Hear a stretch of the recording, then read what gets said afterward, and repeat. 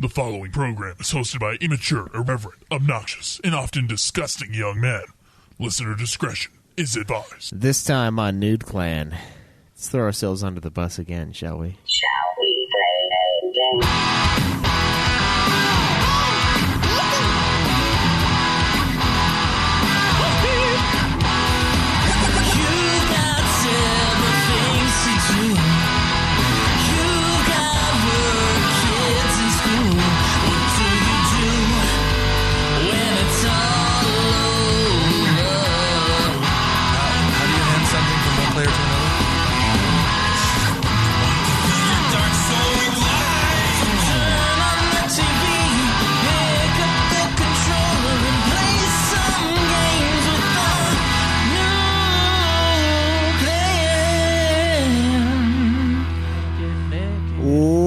Welcome, ladies and gentlemen, to another episode of Nude Clan, the video game podcast that's about to shit in your Cheerios. I am Caleb Schweiss. Caleb Craig. And Cameron. And today we are going to be talking about Many things. time in video games. Crunch time. Yeah. And also... Well, we'll start there and then see how deep we go. We're going to... this is going to be the... Mostly like... everything involved with gaming journalism, crunch time with companies. And I feel like the major issue here that we will go over is just how gaming journalism is just like normal journalism, where extreme views get, or extreme opinions get more clicks and views.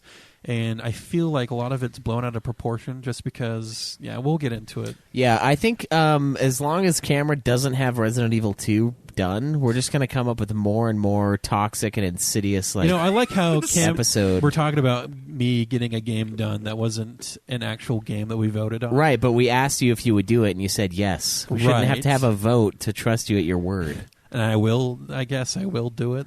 But when you get me onto a game that takes hours and hours to play, and then continually ask me to play that game, I don't ask you. You fucking played. Like, we all getting on Conan, right? We're all getting on that Conan. We're gonna play it and collect resources and spend fucking hours in this game.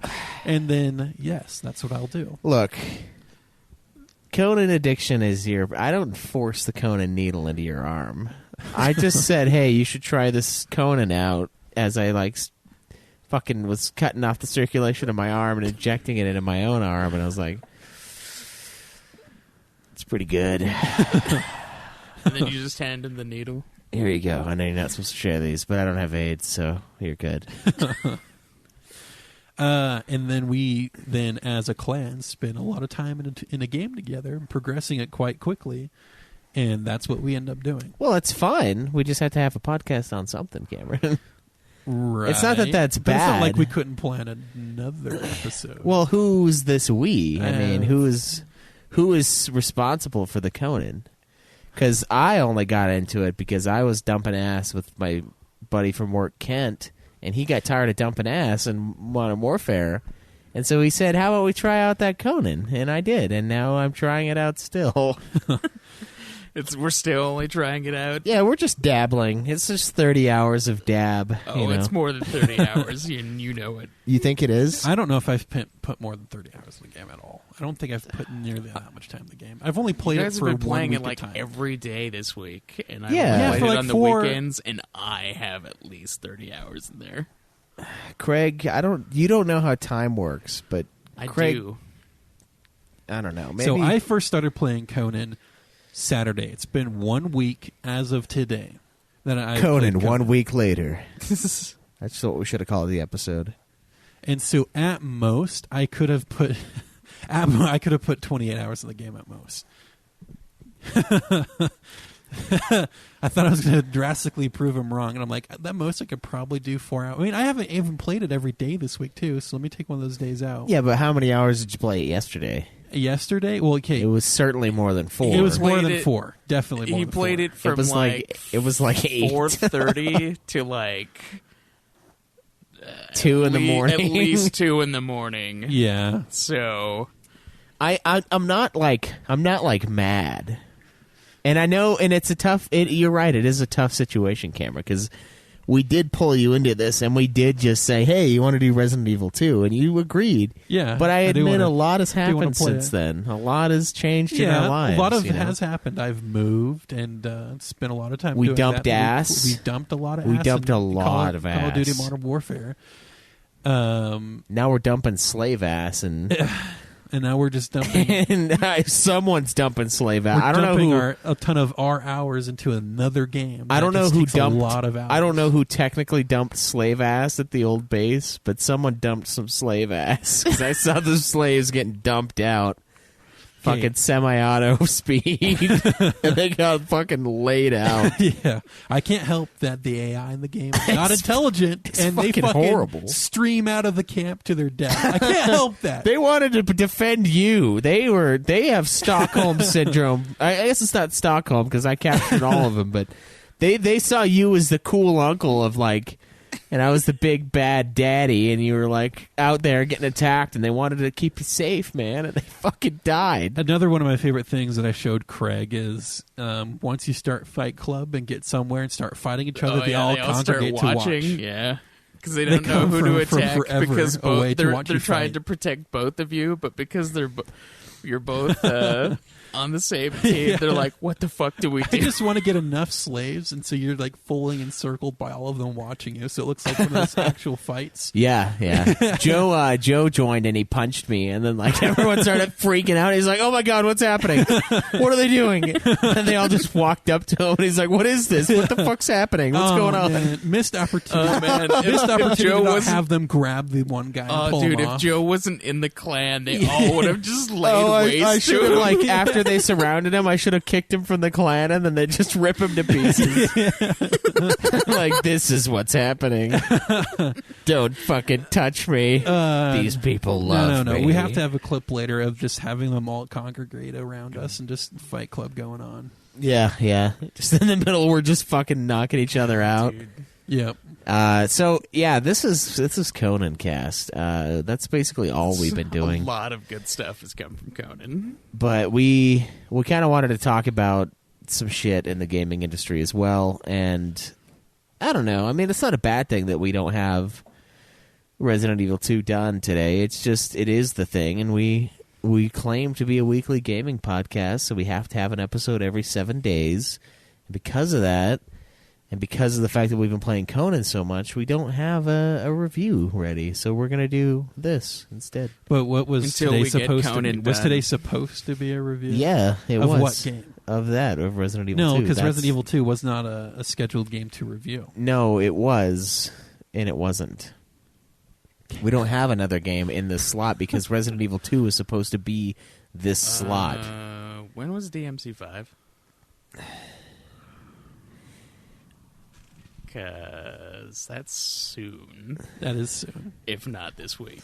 Well, did you beat DMC5, Cameron? No, because I thought it was not for a couple weeks. All right. You know what? You know what? I'm starting to think it might have been this week. Caleb, please. Hold on. It's on the 11th. I think. Yeah, that's what I was so saying. we still got like 2 weeks, right? And that's that's the actual next game to review. All right. I was afraid for a moment. No, it would be the 4th. Yeah. It's 7 weeks, Schweiss. 7 weeks after the vote. No, it's not. Yeah, 7 weeks after the vote is finalized. Yes, after the then it would be the 11th. So we have a few weeks for DMC5. That's why Resi is supposed to be in here somewhere. And it's fluid. It doesn't matter where, because we did kind of just... You're right, yeah. We're like, hey, Cameron, play this game. Come join the clan and play. And then it is... When you and Kent get off of work, you dump ass into the fucking game while I'm at work. And so now for me to catch up, I need to get off work and dump ass on my own time to stay in line with you guys. Well, I love that, like, Craig, one of Craig's things is like, you can't just get on when you can get on. And then he gets on the next day. And then he's like on all day while I'm at work. I'm like, Craig, you can't get on while I can't get shit on. No, that's not what was said at all. You're like, I'm just going to play when I'm going to play, but the thing is, you and another person specifically went and fought bosses right after we were like, yeah, let's all go fight bosses as a group on Saturday. Yeah. Then immediately the next day, you're like, yeah, me and Kent took out 2 bosses because we're assholes. Well, we had to test the waters. And then we're like, dude, what if they don't respond? Like, what the shit? And then you're like, I'm just gonna play when I can play. And it's like, yeah, you can play when you can. That is not how the conversation happens. You can play when you can play, but fuck, dude, at least like join the bosses with us. Like, what the fuck, man? That is not how that. That's conversation exactly went. how that. No, conversation you were not went. reasonable and level-headed. You were mad. Fucking Cam started it. He was like, dude, what the shit? Like, we were going to fight the bosses as a group. That is kind of how we always talk about it, though. Like, come on, man, what the fuck? More like, why are you doing all this without me there? Type of regret rather than actual rage. But I was getting kind of mad that world bosses were being fought because we did not know whether or not they would respawn or the loot that they drop would respawn. I checked before. Oh, well, then just open up with that. Well, I kind of wanted to. I kind of wanted to tilt you. I 8 guess. messages later is like, yeah, I actually checked it, guys. They respond. It's like, I checked it after I told you guys that we fucking started doing this. Well, this. I killed the crocodile first, and then I checked. That's good. Well, because the crocodile spawns in multiple spots. The only reason why there was anger is because we dump hours, we dump ass in this game so we can all fight bosses to only have that joy of boss fight taken away from us. Well, there's no joy in it. You saw what we have to do. Yeah, because I think A, we're fighting bosses too early, and B, we're cheesing the fuck out of it. I don't know if we're fighting bosses too early. I think we're fighting the wrong bosses too early. I see. You think we're only up to one skull bosses and not 3 skull bosses? The Abyssal Remnant is like the first boss that we should be going for because he's like a chapter 5. Where is that thing? Oh, it tells you where it is. He's near the very beginning. He's like Kent was like, oh, the thing tells us where the Abyssal Remnant is. He's in a cave to like the far left, like in the same section we're on for the new game. All right, so today, let's kill the Abyssal. We're going to go kill that guy. But we need to collect resources first. We need to do our dailies and then go fight him. Jesus fucking Christ. The resource grind, dude. God, it's so fucking huge. And the more... and this is something Kent warned me about. Okay, guys, I know this is like the weirdest start to a Nude Clan episode ever, but... We've got to talk about the Conan. He told me, he's like, the more people you invite, the worse it's going to get. And I was like, how? And he's like, everyone's going to be doing their thing, and it's going to fuck everyone else over, and I think it's happening. But guys, if you want to join us, please do. So if we more people, we're going to kill you and kick you if you're too much of a fuck. But for the most part, gathering resources, I mean, it's for the community. Yeah. I mean, you can work if you on gather your own stuff for if you want to work on your own stuff, just gather your own stuff. Just gather your own stuff and keep it in a corner where people won't steal it. You can do that. You're more than welcome to take equipment from us. But also be kind, because we're being kind. We're helping people start out. You can take resources and help get started in the game, but then give back to the community. No. I would say you can take tools and weapons and armor. Yeah. But you cannot take resources. Yeah, resources are communal. Resources, because there's usually... And if you're new, you're not part of the group. Even if you're in the group. There's usually a plan for said resources, and when you spend hours making fucking that resource, and then it's all gone... Ooh, man.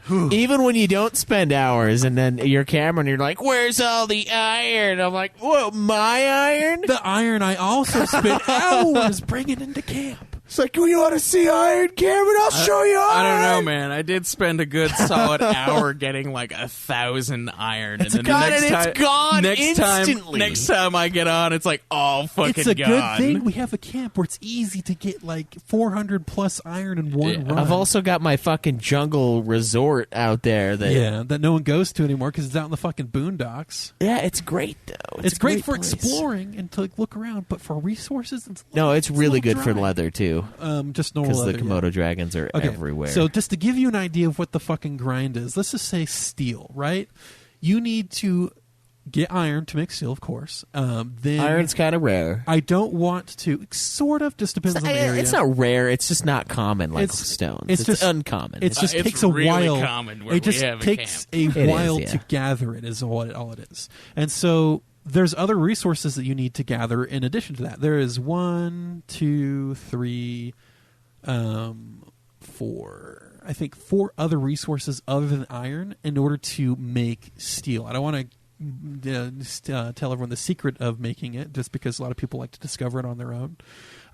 But that turnout is like 5 iron bars to 1 steel bar, in addition to all the other resources you need to gather, and then use those resources to make the resources you need in order to make steel. The fucking ramp up to get what you need in this game is ridiculous, and someone fucking steals it or won't do their part to help gather resources for it, and it's a little frustrating. That's why we have to have our own little personal camps that we don't advertise. Or I guess and then we war. And then just spend hours to collect your own resources, or gather a community together. Hey guys, we all need these tools together. Hey, you go gather this, I'll go gather this, and you go gather that, and then we all spend 1 hour gathering that one thing, and then have plenty to work with. We need to work together. No. Also, don't kill my animals.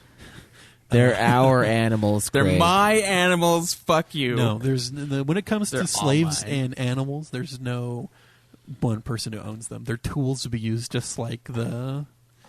I captured like 2 named. Like the other I tools. captured 2 named people, and you guys fucking lost. I've captured captured too. 3 or 4 named people. And by I now. captured a good amount of animals too to train. Yeah, me too. I threw some in there. I pulled your. I planted like 4 of those beasts because they were planted. Well, I like pulled them out and slapped them on the ground, and then threw new ones in.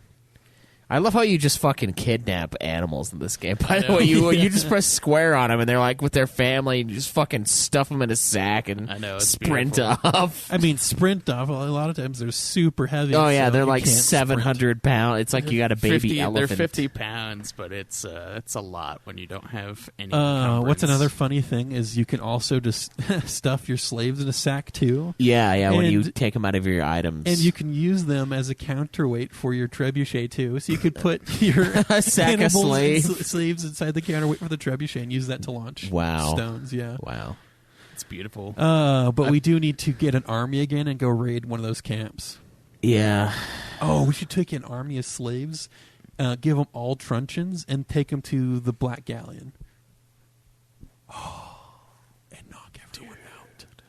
Yeah, we would have such pickings from there. Oh, we should totally do that today. We should prioritize breaking. We need a lot of fucking wheels of pain. We need at least. We have a lot of. We need wheels at of pain. least 20 of them to come with us. Wait, where is that place? It's closer to Savannah Camp. I know a quick way to get there from Savannah Camp, but it's still a little bit of distance away.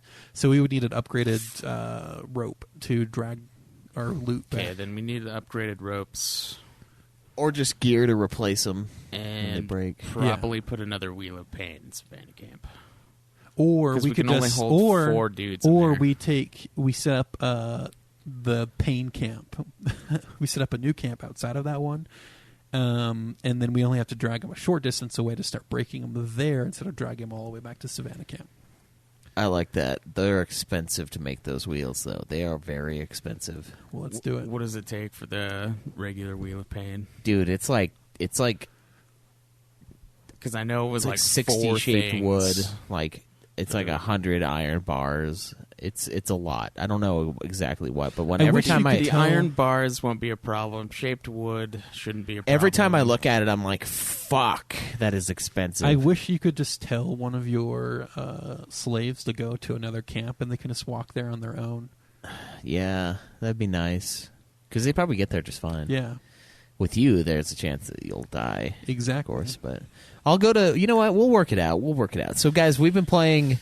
We're going to talk about some real toxic shit today. Trying to make Cameron as uncomfortable with having his name on an opinion piece as possible until he finishes Resident Evil, which he won't do until we leave this fucking Conan game alone. But I can't fucking stop it. We need to play. God. We need to beat Conan, and then hopefully we'll be done. Oh, we won't be done. It's never. We won't be done though. It's never ending. Because after we get to a spot where enough people are joining the server, I kind of want to do. I kind of want to do clan battles. Exactly. Yeah, we can maybe even do like another server where we have everything's hyper boosted. Yeah.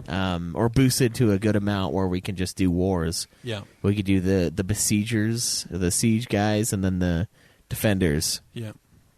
And we just try to raid each other's camps and plunder. I'm excited for that shit, dude. Like having like murder holes and stuff, and like having dude, those fucking trebuchets windows inside. are murder holes. If you go first person and use a bow for the windows, it's definitely a murder hole. yeah. Yeah, you can see a lot more shit through it if you Just go imagine first watching person. stones raining on your camp from outside. Yeah, that'd be exciting. And then fucking like creating hallways, so it's one man at a time, and you could just fucking spear him to death, holes in the sides, and you just jamming your spears in. I think it's gonna be fucking sweet. And then you got Helm's Deep because you can build ladders and just fucking ladder your way up to the top, and you got to kick them down. The only Or you thing could also is- build like a fucking elevator. Just like run up and Oh, that would be so fucked. I don't know if The you can elevators are coming. I don't know if you can attach an elevator to someone else's building. I though. think you can. I think it just has to be up against a building. That would be so I fucking don't- OP. No, but being able to climb anything is OP. Oh, that's true. Yeah, You just have to high. make your walls super high, and then without anywhere to rest on the way up. Yeah, or make a rest spot that you just have fucking murder holes in, so they stop and you just True. Spear that 'em. can actually just be a little bait, like where they can actually get in from there, but you can dump ass. a bait and fuck. That's what it is instead of a bait and catch. Yeah, so we need a lot of people, guys. We need you all to join. Yeah, Conan Exiles, free game on PS4. The server is Nude Clan Exiles, and the password is Nudies, capital NUDIES. Join us. When you do, send a message in one of the PlayStation chat rooms or something so that we can add you to our group. And when you go to our noob camp, you won't get completely fucked. Yeah. Because we have a lot of dudes outside of there, and they will destroy you. They will destroy any one of us if we weren't in the group. Even we now. have so many animals and slaves just like chilling that they will immediately. It takes end seconds anyone for them that's to not- end Yeah. a dude. The dudes that spawn nearby, seconds, and they're just Yeah, done. especially the freaking hyenas because they cripple you, and so you can't run away from the rest of the dudes that want you. Yeah, it's a lot of fun. We've been playing a ton of it, and we hope you guys join us for that. What else have we been playing this week? Well, aside from Conan Exiles, I played a little bit of The Surge. Yes. And then I played Digimon World 3, and I played Metro Last Light. Okay, very nice, very nice. Cameron, what about yourself? Well, outside of Conan, nothing. Solely Conan this week. I Okay. feel that. Yeah. For me, I played almost exclusively Conan Exiles this week. I did put a good amount of time into the City of Final Fantasy NT. I have passed the Leviathan boss fight, and I am currently grinding just random non-story fights to get Memoria points, which you use to unlock. How do you even get to a boss fight in that? You just do the arcade or whatever it is? No, you do the arcade to get the Memoria points, Well, and then can you spend the pretty much Memoria do anything points. to get Memoria points. And then you spend the Memoria points to unlock new areas in single player and offline campaign, and then there are boss fights in there. I am on the second boss fight right now. No, I beat him. I beat Ifrit last night. So it's Ifrit, Shiva, and Leviathan for the three. So there's like three branches to the game, and you have to use Memoria nodes to unlock those Right. branches, and then you get cutscenes, and then fights. And then when you finish those fights, like near the end, Oh, there are ones that force you to do fights? yeah, Okay. it's not just cutscenes. That would make me want to blow my brains out. Okay, if it was just cutscenes, I'd be like, just fucking watch YouTube. Yeah, I was like, there would be way too many cutscenes. But yeah, there are fights interspersed in between those when you get into the more the longer areas instead of like the little chunks in the beginning. And then near the That very makes end, sense. there are the boss fights. And right now, you have to do 2 trees to beat the game because the 2 trees need to come together as one. I don't fucking know. I guess it's part of the story, or a bunch of people make it to the end. And then you can fight Shinru at the end. But you have to have 3 Memoria to unlock Shinru. So right now, I know Joe did the core battles. I hate core battles, though. So I'm just doing the normal face-off and doing, like, I think I'm up to gold and platinum fights. I can handle gold every time, platinum every other time, basically, and I'll get fucked. But I'm getting some decent Memoria that way. And also doing the arcade mode. This is something I wish the other Dissidia games had. Doing the arcade mode increases your level, or your like character level. So you have your level, you have your character's level, and then you have like a weird third level that allows you to do more damage in the story.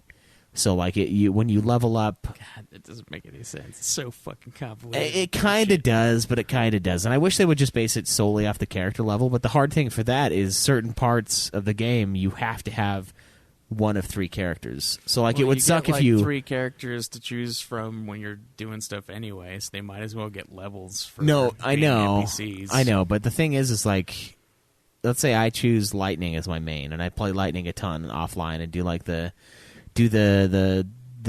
battle modes with Lightning, and Lightning's really strong. And if they just had that character's level, it would suck, because then it's like, oh, well, this party doesn't have Lightning. And now I'm like, well, now everyone's level 1 and I'm getting fucked. Well, but that's why there's it another... forces you to do 3s all the time. So yeah, but you don't have get to choose. You don't get to choose your No. other parties? The parties are like kind of set in the story campaign. Well, if you choose your other characters when you're playing and not that, then they would get levels. Well, yeah. That'd be better. I guess. It makes sense to me. It'll make sense when you play more. It's not the best, though. I kind of wish they would just do a straight-up level of character. And then just say, oh, this campaign has these characters, so fucking play these guys, or you're gonna get butt raped. Yeah. Exciting. Very exciting. And I played a decent amount of that. I'm almost at the end. But not quite there. And I saw the return of something that was dropped off here, but I never actually saw the arrival of, which means that Craig, I know, beat at least one game this week. Let's get into that. Starting with the Craig. Yeah, I beat that Digimon World 3 and Metro Last Light. Digimon Did you bring the game? Yeah. 3. Who gets it first? I don't know. The correct answer, Schweiss. Oh, I mean, you might as well take it since No. Schweiss has to do a bunch of other RPGs too. Well, I have that's to. the shortest one. I have to do Resi 2. Yeah, but that's like Devil 6 May Cry. hours, and that's 11, And then Digimon. which is 30. And isn't Craig so nice to us? Cameron, you beat a game? There were other shorter games than that list, Schweiss. And then, of course, you had to pick the longest one of the RPGs that you and I have to play. It's a great game, and I want to hear It you. is a good game, I want to hear you. but it's also the suffer. longest one. I want you to suffer like the little fuck you are. Oh, yeah? Yeah. What makes you think I'm going to suffer playing a good game? You're gonna suffer because it's hard unless you're good with the combos with Prince Albert. Yeah. I'm not good with Prince Albert. Prince Albert's amazing. He needs like 23 perfect button presses, and I cannot do it perfectly It's every time. fucking so fucking strong, dude. It is ridiculous. I know. I've seen the damage output he can do. It's Is that why you absurd. beat the game so much faster? Oh yeah, it's because I got really good. There's a thing in that game where, like, if you time your button presses when you're doing attacks, it gives like critical hits, basically, so they do more damage. Well, it's not really critical. And You have a it's kind kind of- crit chance, but the more button presses you have, the more damage So you this is do per kind of attack. like a weird turns type thing. It's where a turn-based RPG, turn-based, and but so you get when but it, you have your mini game, button mash mini game. during When your attack. turn played comes Stick up, of Truth, right? Yeah. It's kind of like that, where if you time the attack just right, you do extra damage. But there's one guy that has an attack, and it's like his level 7 attack, and it's like 23 hits. So I could just fucking hit. How long does that take for his It's one like turn? it's like a minute and a half. Jesus. But then when I'm done, No wonder the game's so long. You're just spending so much time on every turn. yeah. And that's just my one attack, and then like everyone else gets their turn after I've had my hour-long turn. It's and they each have it's like Civ 5 things. with no turn timer on, and you're the asshole that takes forever, but like rapes. Yeah, because you have like 1,000 attacks. Yeah, because you have 1,000 units to move to rape each person individually with, and that's why it takes so long. It's still technically a turn. Where does he get the resources? I'm still struggling to find them. Yeah, exactly. I like that game a lot, though. It's a fun game. I think it's pretty good. I'm excited to talk about the throat thing in the very end cutscene. Oh. It looks like there's a snake in one of the guy's throats, like he's sucking a dick. Just it's so fucked up, and I'm like, how do they not catch this before they release it? It looks ridiculous. You have to show me something because I can't visualize what that is. Yeah. Anyway, I didn't beat anything this week. So the hog is as follows for the hosts. Caleb Craig, first place with 16 games beaten. I, second place with 12. Cameron, third, certainly least, at 4 games beaten this year. Craig, do we have a question?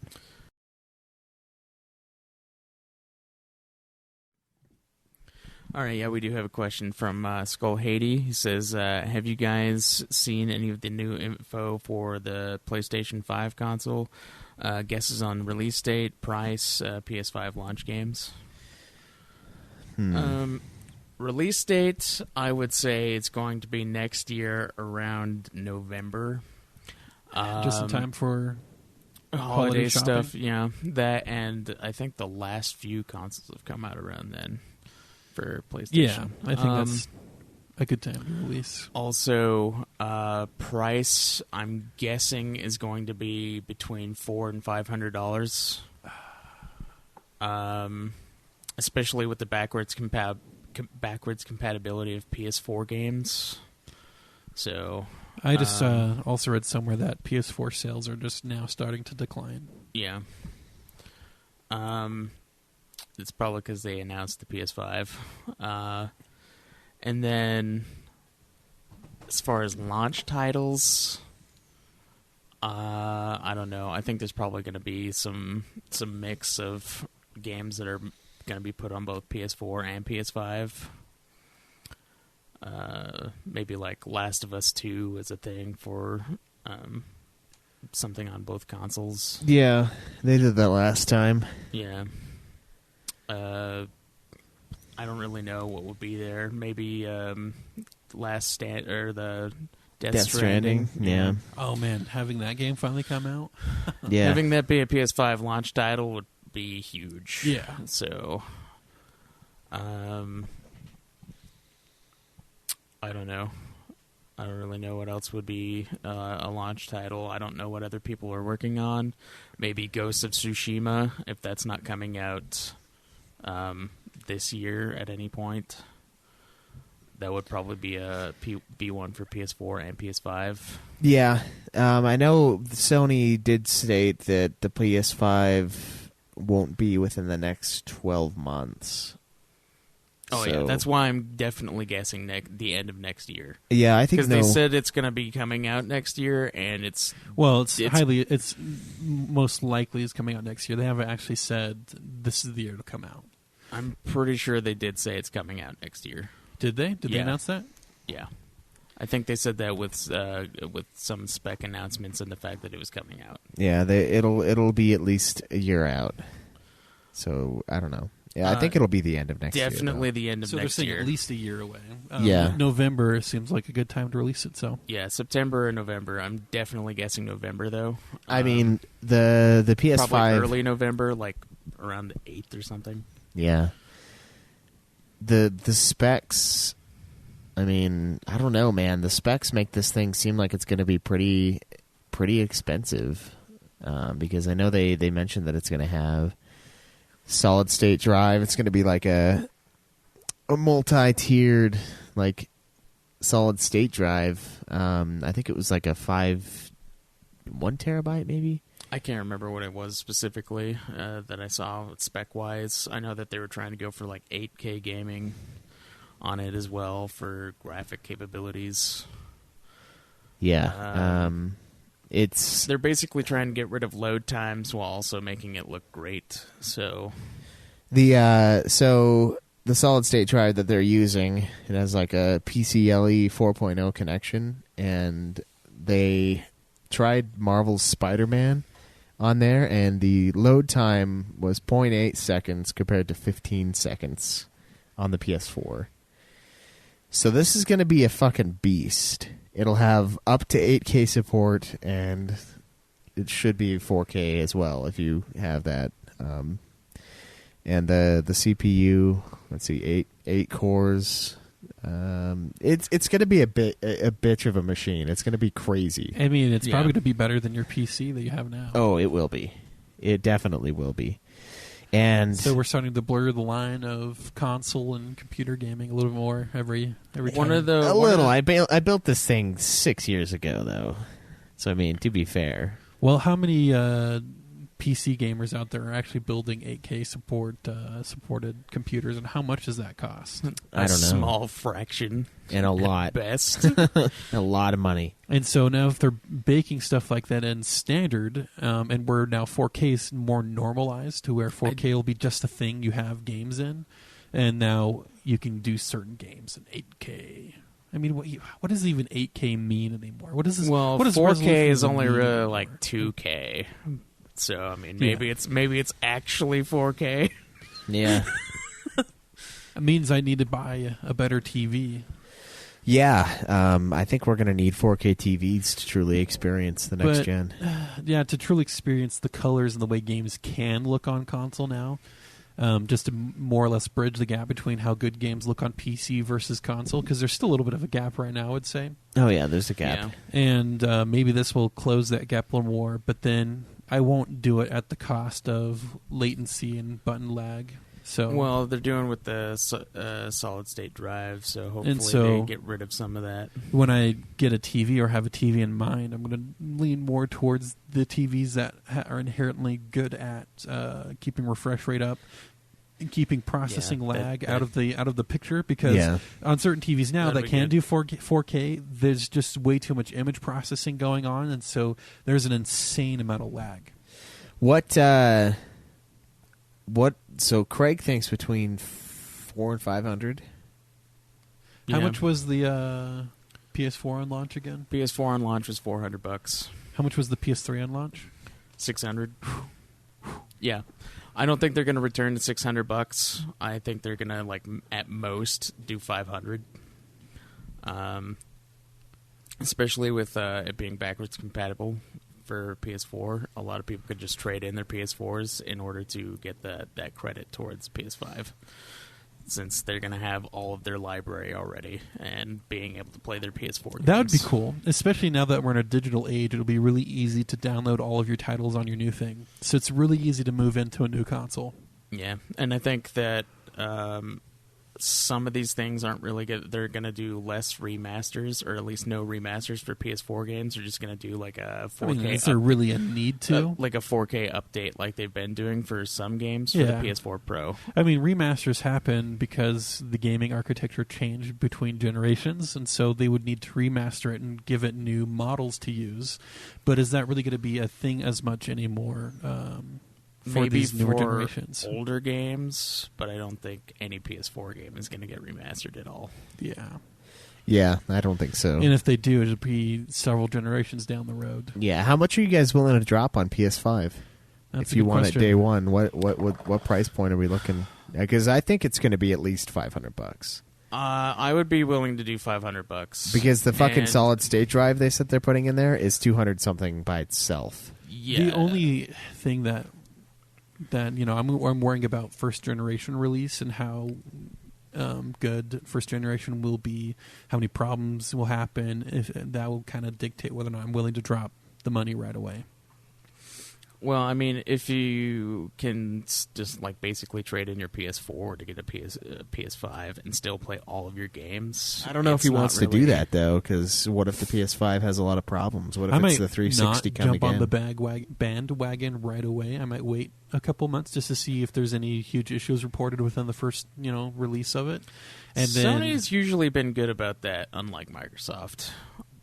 The first or could this be another? The first PS3s didn't really have any problems, other than like occasionally the PS2 games would. Could this play be on those, another specific ones? Generation switch where the competitor wins out in sales and popularity, where now the Xbox will be the popular one again. I don't think so. I think it's going to be more. Xbox doesn't same. have the first party games to really compete. Nintendo does. Nintendo does, but Nintendo's already released their Switch. Do you think Nintendo will ever come out with a? They should do one that's called the Swap. A legit That'll be gaming there. console. The Swap. Will Nintendo ever come out with a powerful console to compete with PlayStation and Xbox in that regard? Well, they No. did it with the GameCube. GameCube was the most powerful one. Yeah. But they don't have any games to really challenge it. The third-party ones are the What best if they ones came that do, out- and even what if then, this revisit to Metroid, the Metroid series, it comes out with the new competitive shooter? I mean, people will still buy Metroid, but Like, what if they totally it's revisit? not gonna change- defeat like Call of Duty sales, where they kind of It's make just it not. where they kind of make it to where you can have an individual identity inside the Metroid world, and then you can play multiplayer. a multiplayer Metroid game. What if that happens and they come out with a powerful console to power it? I don't know. I don't think their Splatoon game has touched any other. But see, now they competitive have shooter to. Game. But now I've heard Splatoon actually has really good mechanics, and as a shooter game, it functions very well. But it's still for children. What if they came out with an adult-oriented shooter? I don't know. Yeah, what if Doom is on the Switch. What if they're switching? So- What if they're Nintendo and Sony are trading values now because Sony's now becoming obsessed with like family and like, oh, let's censor the tits and the dongs and Conan Exiles. That irks me. The censorship is ridiculous, and it should not come from. It should come from the fucking people who make the game, and not from the people who play the game. Yeah, it should be a software choice, not a developer or a hardware choice. Yeah. That's I mean, bullshit. there are ratings on games for a reason. Exactly. Yeah. Like they shouldn't. I should be able to step in. dip That's my dick in the dead ridiculous. body of Craig. I Yeah, should be able to, yeah, like, we should be dip able it to in his fucking mouth. like drag our fucking massive cocks against the ground. Exactly. Yeah. You just need to have a way to express yourself in that fashion, don't you, Yeah, Craig? I do. I do need that. Yeah. Can't do that in real life. Oh, at least you took the low blow yourself, and no one actually gave it to you. PS5. I'm thinking. I'll pay $500 to get it day one. 500. Yeah, I think I'm gonna buy this one right away. I have never done that before. me neither. It took me years to get the PlayStation 4. I was a year Yeah. off for PS4, but I think it was 3 years into the PlayStation 4 cycle before I bought one. Yeah. Yeah, it doesn't seem like you've had your PS4 that long. But I have, though. When did the PlayStation 4 come out again? I think it was like 2014, wasn't it? yeah, 20. Yeah, I think that's right. No, then I think I might have bought Or it maybe in it was- 2016, 2015. Oh, it was 2013. Yeah, 20. Okay, that makes more sense. Yeah, so I think I bought mine November 15th, 2014. 2013. in 20... Yeah, November 15th. Yeah, it's gonna be around then, I 15. think, for PS5. Shit, I bought mine like 2 years in. Yeah, it was late. Yeah. Yeah, because I had mine like a full year before you got yours. Yeah. And I got mine for Type Zero's release on... Now, the question is, behind the scenes, how much does the show help? Ooh. I mean, if there's a good enough library on launch, maybe we should take that route. Where it doesn't buy it outright, because it couldn't afford that, but... Yeah. Couldn't it, though? I don't If know. we saved all of our money, I mean, we got like a year away. I mean, if the whole IP of this podcast we do is to play and review games. well, it's still a year and maybe almost 2 years off, so we got fucking time. Yeah, until but then. I want to invest most of our surplus back into the show and to rewards and stuff. So Well, yeah. it's not like we're going to keep saving it up until the release of PlayStation 5. I mean, we'll do that. Yeah. Exactly. But yeah, I do think it'll be around $500 because Sony learned that they cannot put up they knew that $600 is more than most people are willing to spend on a console. Well, we can't know until it happens. So we never know. And I mean, I think they Sony could come out with Sony fucking undercut Microsoft like a lot by they could doing also 400 instead of the 500 that the Xbox said. They could also come out with where PlayStation 4 Pro is still their base model, but then the PlayStation 5 is the better model, where the games are going to be released on both. And so PlayStation 4 Pro can still keep going, but then you're going to charge $600 for the 5. I could see that being a thing too, where there's the cheaper model and then the actual legit model to get on launch day. Yeah, maybe. I mean, I don't know. Because if you Now think that I about think it, PlayStation 4 Pro was released kind of late in the cycle, wasn't it? No, the PlayStation Pro was like 2 years ago when they first announced that. yeah, it is. It does seem kind of a later one, but I don't know. I feel like they're going to eventually have to cut the ties, and PS4 is going to have to die. So I don't know if they're going to do that. I don't know. Now that I think about it, The with world's PS5 changing. being backwards compatible, I don't know if they're going to do many double releases. Yeah, I think that's a way to sell. That's a way to sell the PS5. I think that'll only happen like within months of the game or the console actually coming out. Like with games being. Like if, for instance, Ghost of Tsushima comes out like a month before PS5, then they'll do like a double release for that. Yeah.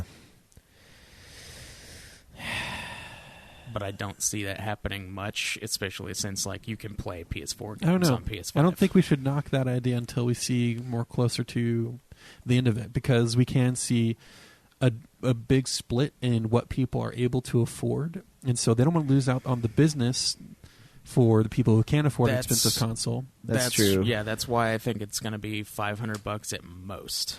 But they're developing a really expensive console. I think they're willing They to are drop. developing a really expensive console, but I don't think they're going to go the route of like the Xbox Scorpio. In a world or whatever where it is that phones they're now like, cost $1,000. I feel like they're willing to take a hit because they have their own studios. They develop their own games. You know, they can take a hit on the consoles in the beginning and recoup that. Yeah, they're gonna recoup it with I all don't the think fucking they would games. ever take a hit in their profit overall, but they're never going to sell it more for less than what they actually. Like I would say, they would never sell it for less than What it costs to make. 30% of what it, like 30% above what it costs to make. They would never sell it for less than that. I don't know. They might have to if it's going to be as awesome as they say it is. If they want to move those consoles. Well, we will see in the long run. I Yeah, guess. So- I'm going to buy one. I want this to be my day one. Yeah, your console. day I'm one gonna- excitement. I'm gonna go for Yeah. it too. I think we might hear some more about it at E3, but I'm not What's sure. the? I mean, Well, you do I spend guess $600 if is- Sony returns to E3, 600 is my max. Would you buy a bundle or just the thing by itself? 600 is my max for the console. it depends. It console. would depend. If there's on a the bundle, I might bundle and up it. It depends on what the bundle is. Because if it's just a game in the console, then no, there's no A point. game, 2 controllers, and the console. Some printed hentai. Yeah, it's a has to go with it. You have to wait for it to print at Best Buy when you pick it up too, and it's like super slow. If Just there was like maybe a come here. VR bundle that wasn't super expensive, I might I go still for it. don't think I would invest in a VR bundle. Not yet. Yeah, VR. It's touchy. It's like I said last time. VR is really better on PC to where you can really fully experience what is available through VR. If they can make a compelling experience on VR in this next world where it competes with what is available on PC, then I'll think about it. Well, by then, if there are some decent ones, like when that PlayStation Move came out and I bought my PS3, I bundled it with the Move because buying the Move was like $80 on top of it, which normally separately it would have been a lot more. So, like, if they do a price drop for the VR when it's bundled with PS5, and there's a considerable library that we can try and review, I don't see why we wouldn't. Yeah. Because there are some VR games that have been well reviewed that I would like to try out. I definitely. think Moss was one. There's another one that you play as like God, basically. That would be kind of fun. I can't remember what that one was called. But yeah, checking out some of those would be kind of cool. If there's a bigger library, VR would be a great way to bundle. Monster of the PS5. Deep, you know. Monsters of the Deep, yeah. Be like the 30th person to get the plat. Exactly, yeah. Great game. I don't know. I'm willing to drop a good chunk of change on it, and I hope it works out. You know, I want to see it day one. I want to be part of it for the first time, and I am in a good enough place financially, although I was last time, too. Would you put it on a credit card? Yeah, and then I'd pay it off. No, we just talked about this. Well, you can pay it off after you put it on the card, Cameron. Yeah, so in that regard, but not pay it off over time. We got to have the I money for it. Yeah, I'll have the money for it. Okay. That's what we're saving money for, is the PS5. Yeah, well, I'm not going to save money. What I'm going to do is just not spend as much dump money. ass. Yeah, I'm just going to dump ass. When it comes time for PS5. Cameron, this is America. We dump ass here. Yeah. Right?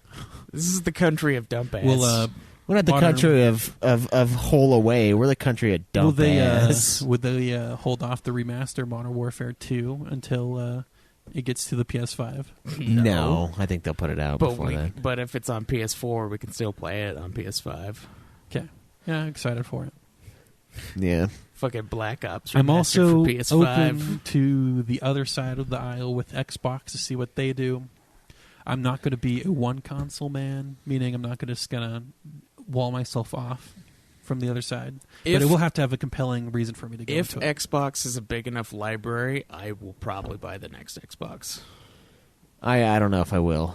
We'll have to see, though.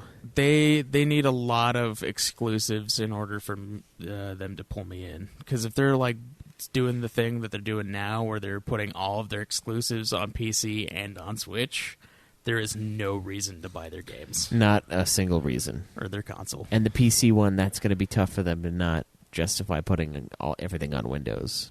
Because they run on Windows. The Xbox has Windows as an operating system. That's the whole reason why there's no reason to get an Xbox. You could just play it on your fucking computer. Yeah. I can't justify buying one. Like I simply cannot. I have an Xbox One because my brother sold it to me for cheap, and the Game Pass is pretty sweet. There's a lot of games that I can play for really cheap. Do you though? Yeah, I do. You play them? I do play them. Great. Playing some Minecraft. Why would you play Minecraft when we're playing Conan Exiles? I was playing it before we played Conan. Why would you ever play Minecraft when Conan is in this world as well? Conan is what's consuming me now, but I was playing Minecraft. What's more fun to build in? What is best in life, Minecraft or Conan? Conan is more fun just because, like, I've been playing with you guys. If we had a bunch of people from Minecraft, that might also be fun. Minecraft is probably because better, honestly. It's more solid, I can tell you that. Creatures don't just run into a rock and then disappear for all of eternity. No, you don't. When you're trying to take a thrall, he doesn't just fall into the water. I mean, we're just coming across new species of animal where you have elephant crossbred with a trimmer animal, and then he just fucking swims through the ground at you. Yeah, no walls will contain you. Yeah, dude, the fucking amount of glitches and just things wrong with Conan Exile is what makes it hilarious. So it's like. Dude, it's like watching. It's also extremely unintuitive, and because of that, there's a lot of fun things that go along with that. It's like watching The Room or Room, whichever one's. It's The Room that's the joke one. It's like watching that. It's like so. It's not that bad, but like it's amazing when it's bad. It's so fucking funny and it's so cool. Why the fuck is that movie called The Room? I don't know. That's another thing about the movie. Yeah, it doesn't make sense. It doesn't make sense. Yeah, like it's not like there's a lot of just one room. I mean, they kept coming back to the one room. Yeah, true. Yeah, but like it didn't hold any significance. I mean, he killed himself in there. Yeah. At the very end, which just still doesn't make sense. Scene it doesn't make sense for the fucking title. much. Oh, you mean the watching Tommy Wiseau's ass for like 20 seconds? Yeah. God, it's like that though. It's like a terrible train wreck that you must continue to look at. It's so good. Anyway, let's get into what our actual discussion is about with the gaming news and the things. Craig, take it away, Craig. Take it away. Why am I taking it away? Because you're our fearless leader. No. You're the one who wanted to talk about this. I thought you had something you wanted to bring up. Well, when I brought up what I wanted to bring up, you guys were like, "No, that's not what we're talking about." Because see, for me, I never said that. Cam's the only one who shies away from certain subjects. See, look at that sigh. That's the sigh of everyone has an opinion, want to talk about this. And because you have an opinion, you're going to enrage someone else because of it. Well, and so it's stupid to waste time on a subject that literally has no payoff just because you're going to make enough people mad. It's just everyone who listens to our show loves us and our opinions. No, that's not fucking true. And it is true. Everyone, a lot of people like to listen to us because the rage we cause. Everyone who listens to this loves the fact that I hate Final Fantasy X. They all love that. Not everyone loves that. Everybody loves that. Jake listens to the podcast the moment it drops, and he hates that. I know. It makes me laugh. He doesn't count, admittedly, but still. Still. Yeah. So, Craig, crunch time in game developers. It's something that's been coming up for a while. It cropped up really big around Red Dead Redemption 2. It's cropping up again now with Mortal Kombat 11. What do we think about this? I mean, we basically have two sides to look at. We have the side of the developer where to them it's go time. We have to get this game done. We have to get this product out or we're not going to get any money. We're not going to meet our promises. We're not going to do this, that, or the other. And the publishers who own those companies in a lot of ways, if they don't please the publishers, their game doesn't come out. We own you in a lot of ways. Don't even begin to argue. Not every way, but a lot of ways. How is there more than one way to own us? Well, we own you more than just your company. Let me tell you that. Yeah. If we crack the whip and it's crunch time, you fucking crunch. Yeah, and a lot of companies will promise these big things to these publishers, and they won't be able to make it, or the publishers put a lot of pressure on it. We know that with EA and DICE. We saw that with Battlefront. And then we also see certain gaming studios leave and become their own publishers, and so they get to set their own rules when it comes to releasing games. Exactly. And Square Enix is a big example of that. They are their own publishers. They can take as long as they want. Admittedly, it's still led to them rushing and last-minute bullshit. They do, but also they made a mistake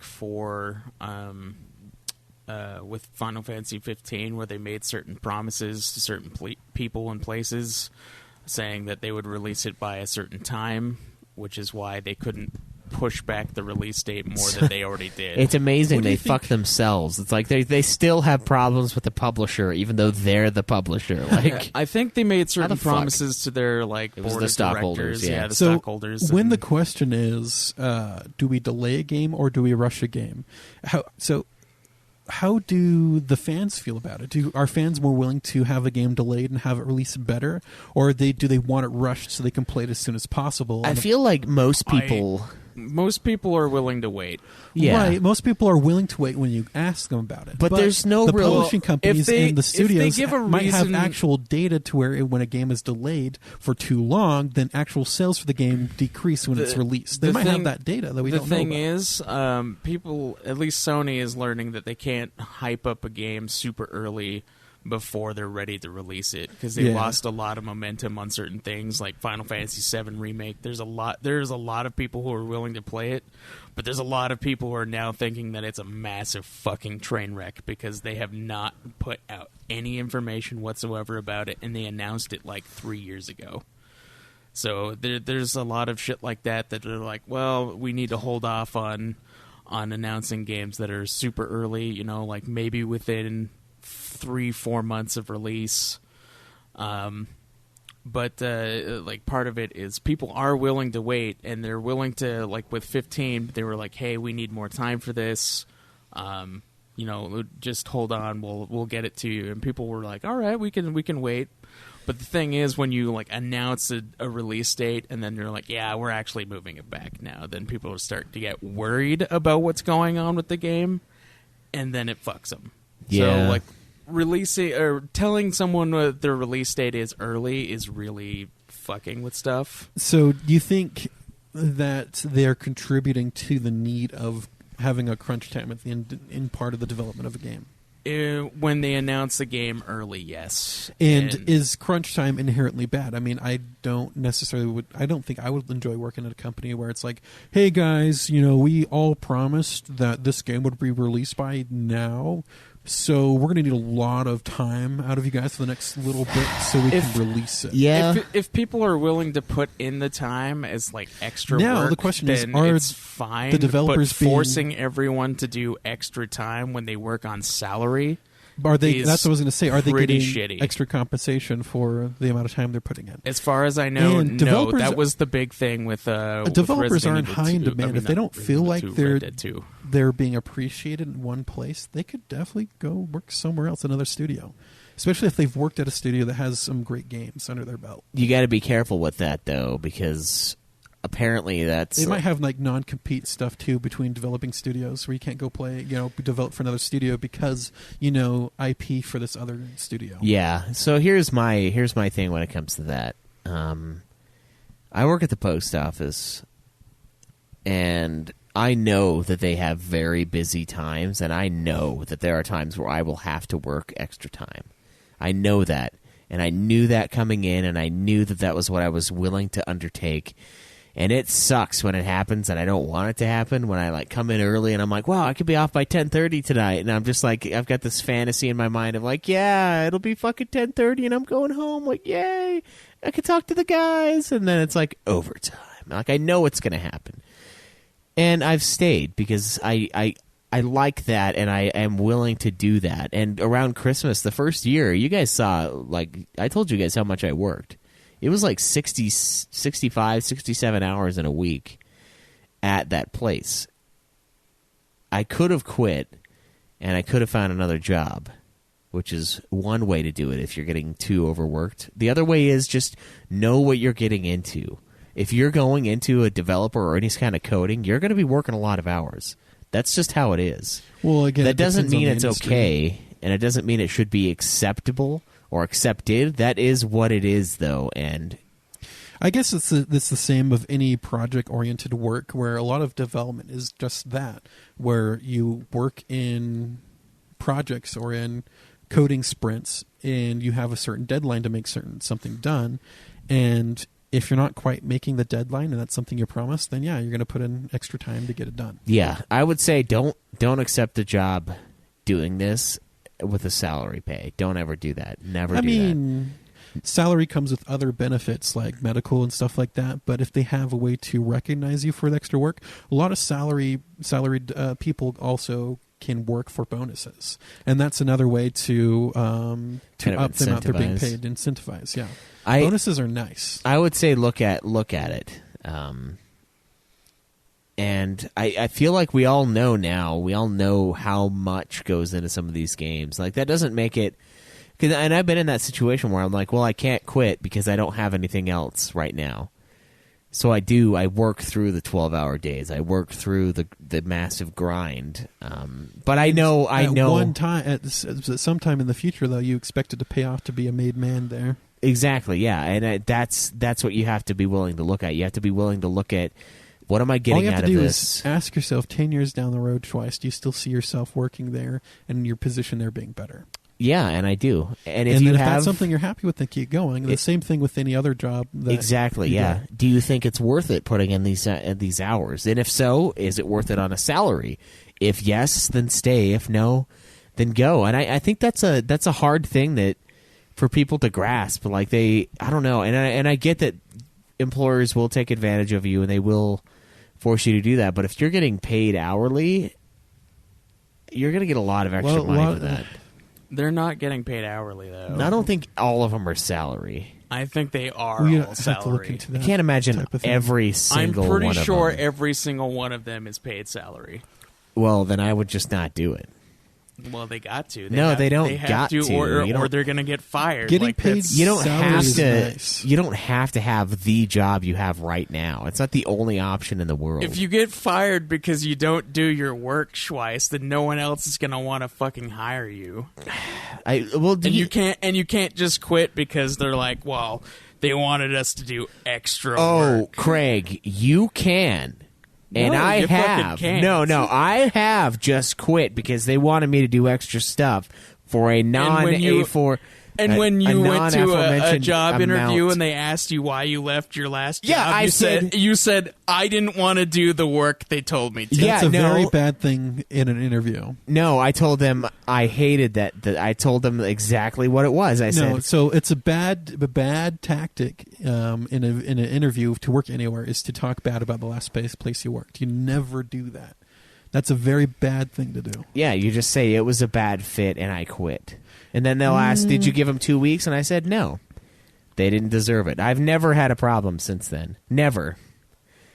Yeah, but then you're not telling them that you left because you didn't want to do the work. which No, is I why left you because- quit. no, It's I not left because it because was they- a bad fit. Never No, talk it was bad a about bad your previous fit. job in your interview just because I don't need job tips from you, Craig. There- I'm just saying that you're fucking lying, which I'm you not should do lying. anyway, but I'm not lying.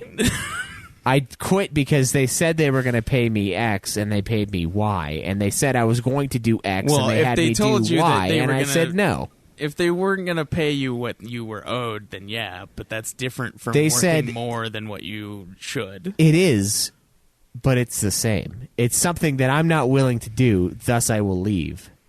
And that's what you have to do sometimes. Sometimes you got to take that tough thing and just fucking get out. And I get that, like, yeah, you put a lot of time and a lot of effort into getting your degree or getting whatever it took for you to get into these jobs, but sometimes it just doesn't fucking work out. Like, it's, I don't know, nobody owes you a fucking cush job where you only work 40 hours just because you spent all this time and money getting a degree. That was your decision. The industry is what it is, and I'm not saying we shouldn't try to change it. I'm saying you have to realize what you're going into. It's your fucking responsibility as a human being, as a man, as a woman. I don't think it's anyone's responsibility to accept a job and then be forced to work 100-hour work weeks because the game No. didn't come out on the I think it's your responsibility to look into what you're fucking studying in school, what industry you're going into, to see what That it is. doesn't mean that every fucking company is going to force everyone to do 100-hour work week, Schweiss. It doesn't mean that they are forced to accept If that it's because commonplace- because it's something that happens in a few places or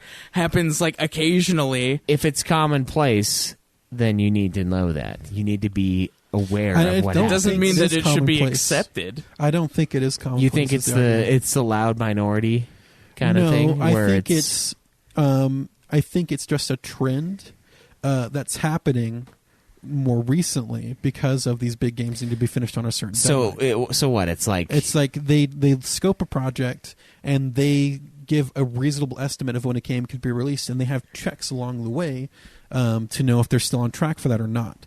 And now, what I think happened here, especially with Red Dead Redemption 2, is that during their checks, they realized how close they were to finishing, and I feel like a portion of them did have to put in a 100-hour work week, and the ones that did probably volunteered to do so. But again, sometimes that's just what you got to do for work. If you don't like doing that, then don't. Well, if it's volunteer, But then it's again, fine. But these if they're being development forced type to do it, no it's one is completely forced. different. No one is They're done forced with to do projects, anything. and you have to. And when you're in your development job, you do realize you have to make deadlines. With video games and art, you usually don't like to push a deadline on that because Yeah. how can you put a deadline on trying to make something as perfect as possible? But in the dev world, you do work in project-oriented manners, and in a project-oriented manner where you do have to work to meet for a certain deadline. goals at You have certain to- times, and yeah. if Yeah. you are not quite making it up to that deadline, then you need to put in extra time in order to get as close to it as possible. And now, in these type of jobs where it's high stress and sometimes you do have to put a lot of time in, you do get your benefits such as paid time off and good health benefits to make it worth it in the long run. So after Red Dead Redemption 2 went out, I bet a whole bunch of them went and took some nice time off. That spend some more extra time with the family than they missed by putting in 14-hour work days.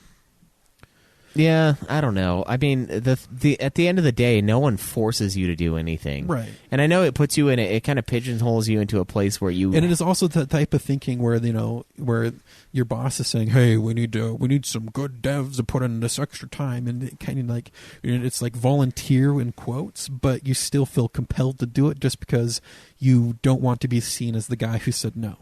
Yeah, and that's on you. I know it's pressure from above, but you don't have to do that. And I get there's situations where like I say I have to stay the overtime when they ask me to, and it's because I'm expected to, but I know that I'm expected to, and that's why I'm there. I stay even though I know that. Not every day is going to be a 14, 16-hour grueling work day, so on the days that it's not, if you're not happy where you are, you need to be looking elsewhere. You have to do that. You are responsible for you and your family. You can't just fucking put yourself in a position that takes all your time and is sucking your life away and have nothing to back it up. That is irresponsible as a fucking person. You're saying that as it happens like constantly. This isn't something that happens constantly. No, it doesn't. This is right, something. but it does. This is something that will happen more on occasion. And then they well, you shouldn't need to have be do fucking that. ready for that. Then, if you know that that's something that it's just like the Christmas rush in the post office. It doesn't happen constantly, but I know when it's coming. You know when Red Dead 2 is coming out. You fucking know when you work at Rockstar because you have the big board that's like, this is the deadline. Here's our checklist. Like, you know when it's coming, and you need to make sure that you're ready for that shit. I don't know. No one forces you to do anything. Like, no, you can't be forced. Yeah, but then there can't be forced to have you keep your job if you're not willing to do the work. That is also true, and that's a risk that you might have to take. But it's you that chooses what you do with your day. Like, no one makes that choice for you, and it is tough. I understand. Like, I don't want anyone to fucking tell me that I just don't get it, because I fucking do. All right, I've worked 7 12s in a row. Another thing, and I understand. It's hard. It's so fucking hard, and you don't really have anything else right now, and you feel like you have to do it. But I knew that was going to happen going into it, and I said, I'm going to do this thing. I put my mind to it, and I did it. It sucked. I didn't want to do it while I was doing it, but I did it. Well, I think the real heart of the issue is, do we feel like these crunch time events affect the game in any significant way? I mean, they are rushing it to get it completed, but do you think it's in any way detrimental to the overall experience for the gamer? I think rushing things causes the bugs and things that How they many have to bugs fix were later. there at the release of Red Dead Redemption 2?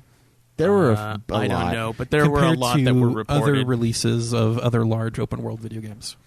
I don't know. We don't have the data we would need. And I mean like FF13. The data might just be out there. We just have to go spend the time to... They also, for Rockstar, keep reusing their old stuff, so they don't necessarily have as many bugs. Because like the system that they're using for Red Dead and for all those have been the same ones they've been using since like Grand Theft Auto 4. Yeah. I would say like FF13, they put out a demo and then they basically made the game in 6 months, and it's a pretty good game. Like it has its problems, and the story, its pacing is fucking horrendous, but the gameplay is amazing. The gameplay at the halfway point becomes really good. Like they built a really fun game to play, and not a lot of time. So I don't know if there's really any data that can truly offer that, because it is a creative space. So I don't think you could convince me either way whether or not crunch time makes it better or worse, because there are people that are just better. I know this is something that's hard for people to accept these days, but there are some people that are just better than you at what you do. That is just how it is. We're all created, we all start out with similar ability, and some people work harder. The amount of work that needs to be done and what the work is. Because like maybe for Final Fantasy 13, they had everything basically ready to go, and they just needed to put it together in some quick way. And maybe for Red Dead, they needed to put a lot of work into several areas. Right, so it depends. There's so many different variables that I think it's impossible to even take any data that could be available without a handful of salt. You know, because not every developer, not every programmer is going to be the same skill level. Not every artist is going to be as good. And then what makes a game good? I mean, is it reception? It's critical response. What makes it good? Like generally games the thing that makes it good is whether or not it's fun to play. Yeah, if you like it. So like there's no real way to, I think, put that into numbers, honestly. So that's what makes it such a tough fucking issue to talk about, is that it's all over the place and there's no right answer because, yeah, you know, the place you're working for, you can. It's just like when I was back at Hostess and they were like, well, we had to cut the pay again, and everyone was like, no, we don't want to cut the pay. So they went on strike, and then it closed down.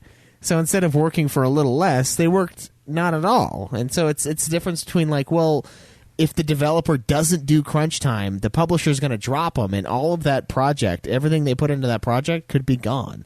They never got a payoff. All the money they've been paying those employees went into a sinkhole, and they'll never recoup the costs, and they're done. They're out. And it's like, well, is that better, or is it better to have crunch time and have a job throughout the year? Like it's such a fucking million-faced issue that it's difficult for anyone to really have a right answer to. And I get being pigeonholed and feeling like you have to work all these extra hours, because I felt that way too. And they would have fired me if I wouldn't have done it. They would have told me to just leave day one if I didn't do 12 hours. They'd say, well, we need people who can, so you're out. And that would have been it. That would have been my career at the post office. One day, and I'm done. So you have to know what you're getting into and know that there's a potential for that will come up. And if it does, you've got to be prepared. And it's brutal and it's ridiculous to expect people to prepare for something like that. But you know it's coming. You know it's going to happen at some point. And you need to have things set up to where you can handle it. Well, you don't necessarily know it's coming. Do we have any real to what extent it would data be from anyone who works at Rockstar? Maybe like interview of the crunch time, how it felt like from the inside.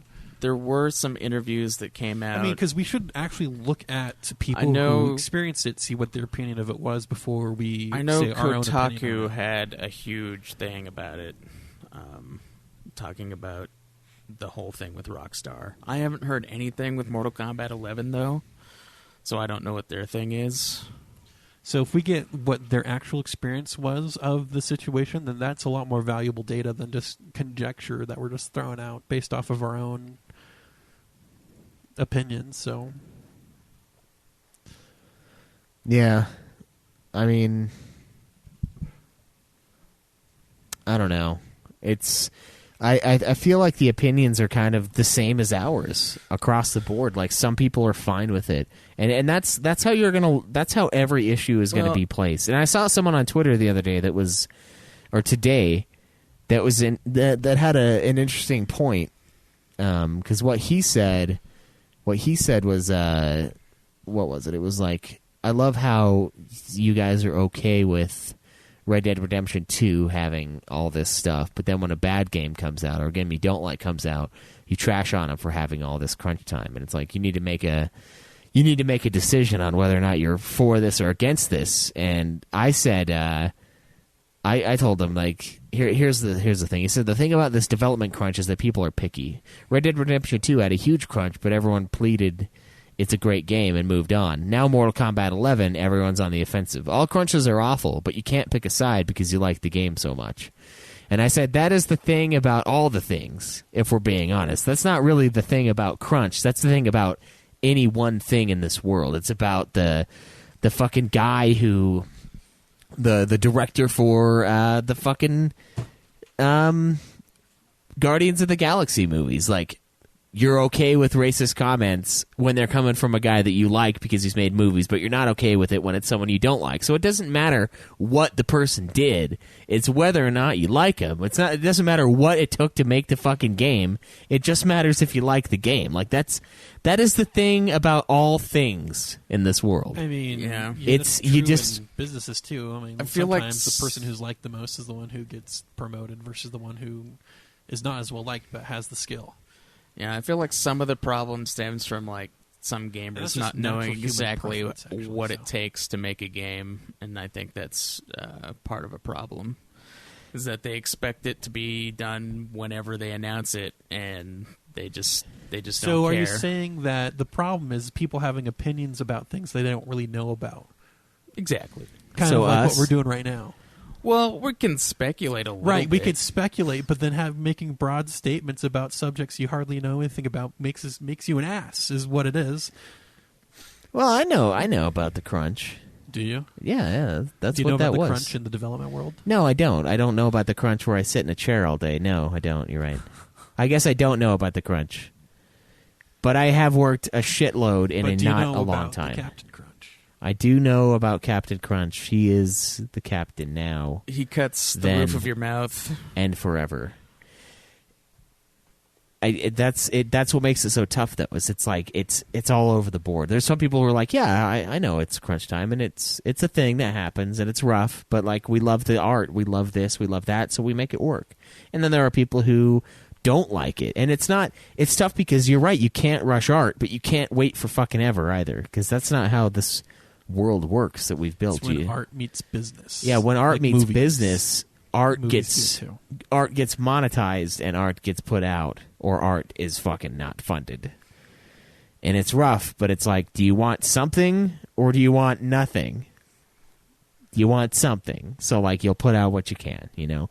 And that's the argument I had with the union at the old job. It's like, well, do you want to work for less, or do you not want to work at all? And it's like they chose not at all because they're fucking psychos. And we all got laid off. Fucking 18,000 people in one day. Gone. Just fired. Just over. It's it. Over. No more. Is it Gone. at the other company you work for? It was Hostess. Hostess? Oh, yeah, Yeah. Hostess, yeah. 18,000 people. Just whoosh. Yeah. It's like, well, I would have taken less. And I did. Because they fucking But what do you mean by taking less? Like less pay? less or? pay, yeah. They were reducing the dough. And I mean, at that rate, I would be like, well, and it sucks being I mean, knowing, once you reduce, like I would imminently accept- knowing that the work you're I would doing accept today. a lower pay in order to still get money while looking for another job. Exactly, yeah, and that's why I think it's irresponsible. I was not happy with them. They'd be like, oh, you're paying me less? All right, I'll find another job in about a few weeks. and So- then 2 week notice, and like, this is what you get for paying me less. exactly, and then that would still have probably collapsed Hostess. Either way, they were going to go. They were so. done, yeah. That's And you should have known that going in, Schwartz. Yeah, you should have just known. Should have just known that the bread company was just a dying industry, and Well- Hostess no one wanted the Twinkies anymore. well, I didn't, and then when I did Oh, lose fucking it, everybody wanted those Twinkies. Yeah, they wanted it when it was going away. You want what you can't have, Craig. You want what you can't have. exactly. Oh, man, And when you have should it, you don't should have care. kept so many boxes and then just sold them for like $500, like that one dude did. I know. Yeah, but yeah. Fuck, I could have been rich off of that. I mean, you Could've did have stolen. Twinkie the kid, didn't you? I still do. He still resides in this home. Is he still the mascot of Hostess? I don't think so. Didn't I they don't take him know. away I don't know. I or don't. change it or something? Every time I look at it, I'm like, man, could have made a lot of money with those I people. haven't seen Twinkie the Kid in a while. Yeah, but I mean, it's I didn't know it, but then when it became apparent, I lined things up and I got another job. I got laid off the day before Thanksgiving. I called a guy the Don Julio man.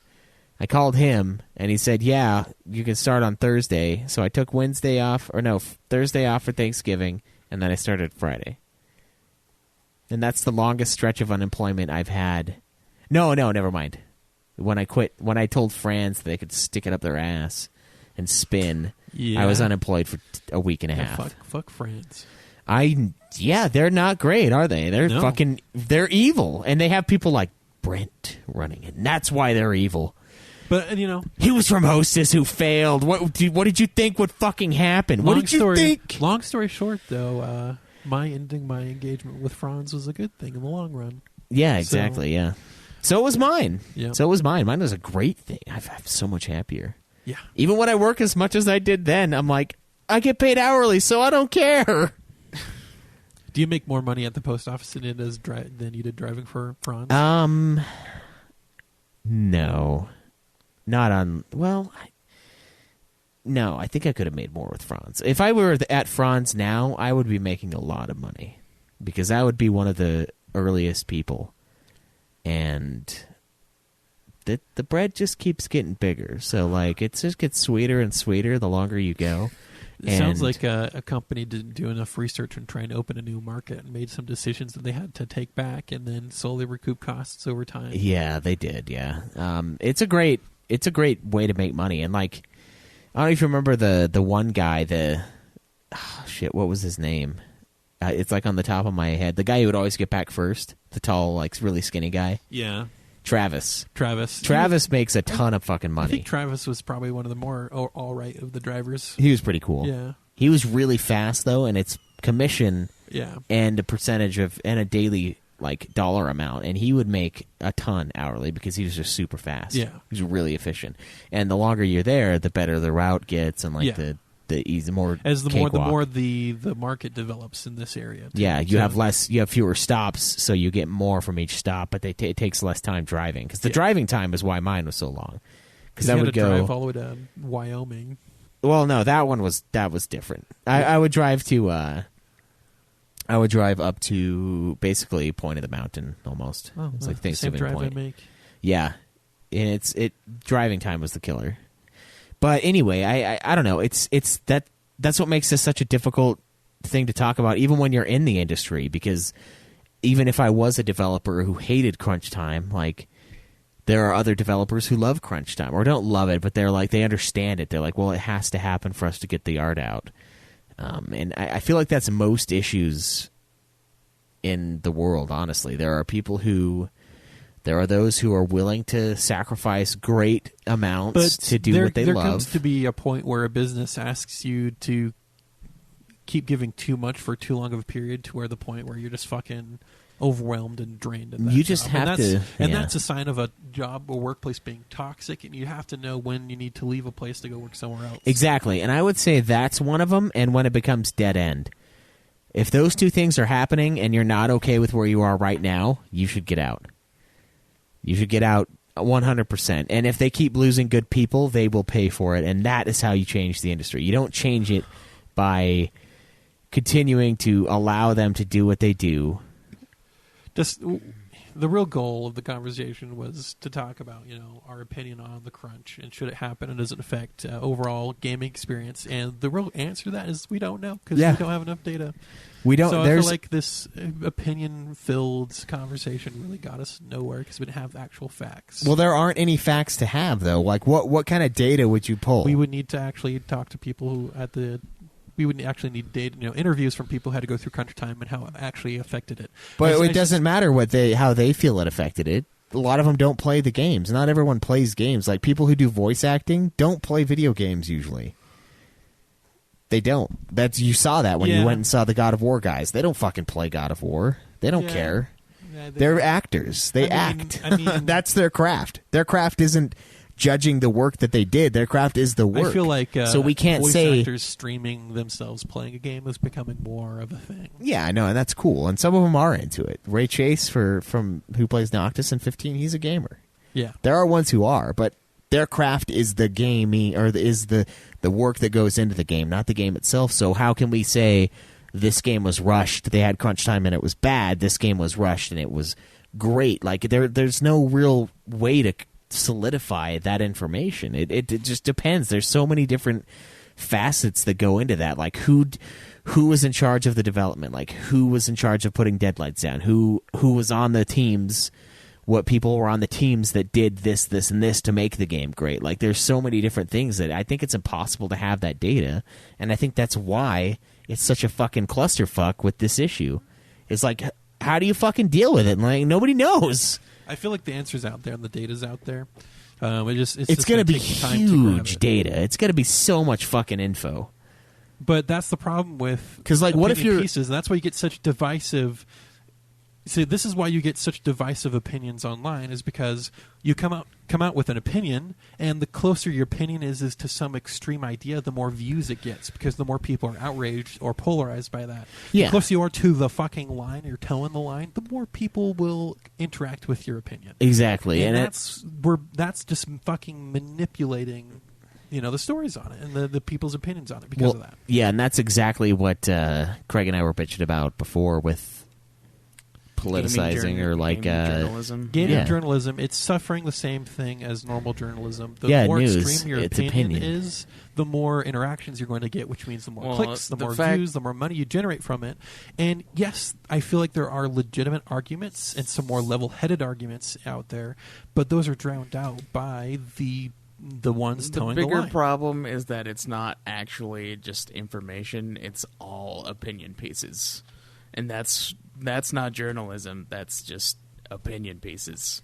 Like it's Nude Clan journalism. I mean, like this is as fucking good as journalism. And this is an opinion piece. Any fucking journalism that this is an opinion piece on opinion pieces. Yeah, and I mean, it's just like the myth of like cops, like more black people getting like picked on by police than white people, more black people being killed by police than white people. It's because that's what's being reported on, even though it's not true at all. Because there are fucking way more of us doing way more stupid shit, so more of us die. But like we focus on this, and so that is the thing that people believe. Just like with the crunch time, whether it's good or bad, people will believe whatever they fucking see, and like that'll seem like that's the norm. And just like Craig said earlier, crunch time isn't always the thing. And you're right, and that I wonder if a lot of people don't realize that it's not always crunch time. It can't be crunch time all the time, or it's just regular time. You can't say. Do you have the data where it says that it's even amount the people being picked on by police or not? Well, I don't know if it's not necessarily picked on, but I mean, know you got to know what you got. You have to have facts to back up what you say with that, or else you're going to get fucking destroyed about just coming out with saying something without having something to back it up. All right, you know what? Fine. I'm going to look it up right now. Okay. And then you have to verify your sources. Oh, man. Yeah, he's actually looking up, which is good, because when you make a grand statement, you have to have the evidence to back it up, or else you're just being an asshole and you get called out about it. So, I mean, whatever's being talked about is going to be pulled to the forefront. So, like, if anybody, people talking about black people, then of course, like, only black people being shot, it's going to be talked about. All right, so here we go. The Atlantic. I guess that's fine. I've seen them around, but I don't know how. I don't even see with news sources. You have to go, hey, does this news source swing right or do they swing left? How often do they report just straight data without manipulating it with any stuffing opinion? Their opinion and in that's there? What's hard living in our country this day. It's like social media is being manipulated, news sources are being manipulated, and all of it. And then it's also to help you or to make you also doubt true news sources at the same time. So it's you don't know what to believe anymore. You don't know who to trust anymore, so you ignore true news sources as well as the fake ones. Yeah. You have to have a critical mind, and you have to actually back up opinions with real research without just relaying what you saw in a headline the other day because you didn't actually dive into the news source. Yeah, so... And if there are more blacks being killed by police officers, what's the reason for that? 52% of the people who were victims of police violence 52%. This were white. 52% were white. 26 were black, and... 26%. 26%, yeah, and 17 were Hispanic. And these were people in 2015 and 2016. But, and this is the important one, this is the important but, the percentage of the population, you are more likely to be targeted for violence if you are a black male. But that's not... I guess that's kind of what they're saying when they report on it. But it makes it seem like it's so much more than it actually is. So it makes it seem like crunch time is... And it's also the portrayal in the media of, when a crazy white dude goes on a rampage and kills people. It's often portrayed as, he was mentally ill, whereas, when someone black's taken in, it's often skewed in a way to make them look more criminal. And I'm just saying that and I'm trying to be as middle down the road as possible. I'm not trying to state opinion one way or the other, but that's what I've seen as well. Yeah, I've seen it be super manipulated. And that's what makes it tough. The reason why is because when you make people angry, you get more views, you get more clicks, you get more people interacting with what you send out. And I feel like that's the real problem, the real issue, is when you have a polarizing view, you're going to populate that and you send that out to everyone because you're going to get more interaction with it. And now people have a skewed perception of what's really going on because all they're seeing is what's most popular instead of what's level-headed in the center and not as divisive, so it's not going to get as much interaction. Yeah. And so it's the level-headed thinking is what's dying. It is, and I mean it's being killed and snuffed out by things like this. And I feel like you have to approach everything the way that we're trying to approach this topic today, where we don't really know if there's a right answer, but this is the information. Some people are working 100-hour weeks, some people aren't. I have a prime example for that, just of what I'm talking about right now that happened at work the other day. I'm just going to try to relate it as quickly as possible. But, do it, yeah. There was one popular article that went out that said men's beards have more bacteria than dog fur. Like, men's beards are dirtier, have more germs than dog coats do. And a friend sent that out. It's like, oh, look at you guys with beards, blah, blah, blah. And then you look into the article, you're like, okay, well, I remember an article just a little bit ago that kind of refuted that. And I looked into more research and looked into the actual study that they got the article from. The article wasn't even about comparing how dirty men's beards are to how dirty dogs are. The actual article was, hey, can we use human medical equipment on dogs, like MRI equipment, and not have a cross-contamination of germs? And so they took samples from humans, men, specifically their beards, and compared it to the bacteria samples on dogs just to see if we're compatible to use the same medical instruments. Yeah. The study wasn't even fucking about how dirty men's beards are. It's crazy, yeah. And that's what these journalists will do. They'll troll through science articles, find something that they can make an article out of, they'll find and they'll something kind of publish true. it. And then you get these opinion pieces, these clickbaity article writers where they grab something that's very divisive. Men's beards are dirty, more dirty than dogs. And it's like you travel down the fucking... It's not even about that. Yeah, it's about and something else entirely. even if it was... Is it much dirtier than your eyebrows? Is it much dirtier than the hair on your head? And then if you it then doesn't spend matter some if more it isn't. time, if you Like- then spend some more time and look at more studies, they were actually doing studies at certain hospitals to see if clean-shaven men were cleaner around their face than men with beards. And they did the study and they found out. And then again, I need to refer you guys to the source so you can actually fact check it. If you want that, tell me afterwards and I'll send it to you, where they found that men with beards had less infection-causing bacteria on their face than men who were clean-shaven. Like, the amount of bacteria might be different, but the amount of harmful bacteria were more populous on men with clean-shaven faces than one without, because they actually found out that certain types of bacteria that can grow in men's beards actually can act as something to kill those more dangerous bacteria colonies. Yeah. I mean, it's like we grow, like, the original point for hair around your orifices is to keep bacteria out and to keep foreign elements out. That's why we grow beards around our mouths, and that's why we have hair in our bodies. It's another level of protection. The difference is similar to, like, when the white man came across the sea and we were totally immune to all of the filth and the plague and all these things that we brought to them, and their bodies had never seen it before. So in that case, it did matter. But to us, it was whatever. We were used to it. Our bodies are just dirty as fuck, and we become immune. And so it only matters when you're taking an outside source like the dog. Like, it doesn't matter if the dog is cleaner or if the bowling ball is the dirtiest place. Right. Or if your asshole is cleaner than, you can eat off of your anus before you could eat off of, like, a bowling ball. Because, like, why would you ever eat off of your anus? Like, why would it even be comparable? Like, why is the dog thing, why does that matter? Like, is it harmful to us? Is the bacteria, like...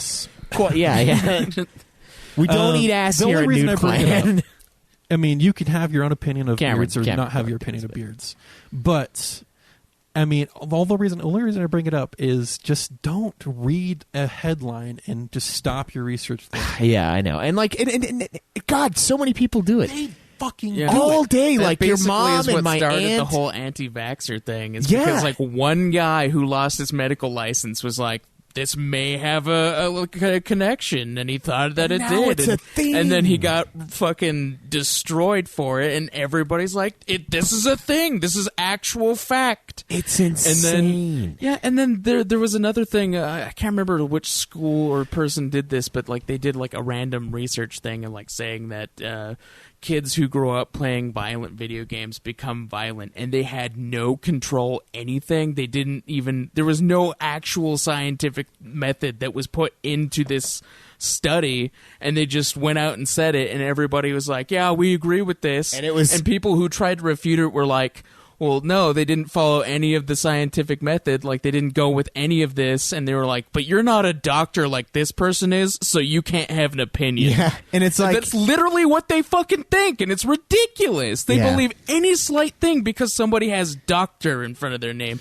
It could be fucking a doctorate of fucking painting. I also see a huge movement of people distrusting doctors and scientists now, too. Yeah. So it goes both But how ways. much of that is actually real distrust of doctors, or just something propagated online because it's diversive and it'll get views? Exactly. I mean, I saw something my aunt and I think her mom posted where it was Beto O'Rourke saying like we shouldn't take care of veterans after they got done because like when a tool is old and used, you throw it out. And I was like, okay, that does not sound like anything he would ever say because he's a Democrat and they're all about taking care of everybody forever. And I looked it up and it was totally a lie. And my aunt just slapped it online. He's like, despicable. I'm like, you don't think that looks a little bit ridiculous? Like, guy running for president would say something that insidious? Like, Trump didn't even say anything that terrible. The worst thing he said is that he could go shoot up a fucking mall and he would still get higher ratings. And it was true. He got higher ratings after saying it. Like, that's not as bad as it's like... Again, towing the line gets you more views. It because does. When you say It something fucking diverse, does. you enrage people, and then people who are willing to be polarized in one direction, They do. They will be polarized. Yeah. We're creating a super... So this age of just the amount of media we can consume all the time, I mean, look at the hog status list. All that media people are consuming just for our stupid show. Now think about how much media is being consumed all the time and how much of it is doctored in a way to garner more views, and it's polarized, and people are eating it up. And they're getting more depressed. They're getting more hate-filled stuff, and like even like, no, I can't. It's just it's like that one people thing are that I was doubting telling real you. news now too, because that's part of the polarization process. You cast doubt on actual news sources, so you don't actually know what to believe in the long run. Yeah, it's like that thing that I was telling you guys about how the Kotaku writer had thought that Nintendo had retarded in a song, and even when they were corrected, they were like, that's not really what we heard, but okay. Yeah. And then they were like, sorry, we can't really take this down right now because something's going on, but they were leaving it up because it was getting a lot of hate clicks. And they were making money, and it went to the point that even the person who wrote it was getting a shitload of hate, and so they had to leave Twitter. Like, they're doing it so they can make money. It's ridiculous. Yeah.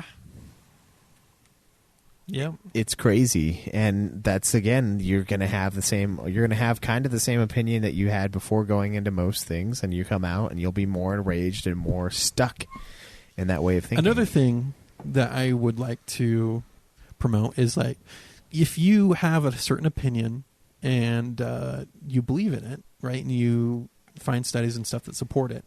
But what do you do once you find studies that don't support it, and you find more data that actually shows the contrary is true? You have to approach it the same way you approach the thing that you approach it the same you. way. You approach it the same way. You have to confirm the new data, but once you can validate that what you're seeing is true, I mean, doesn't your opinion kind of have to change when new data shows in that you were wrong before?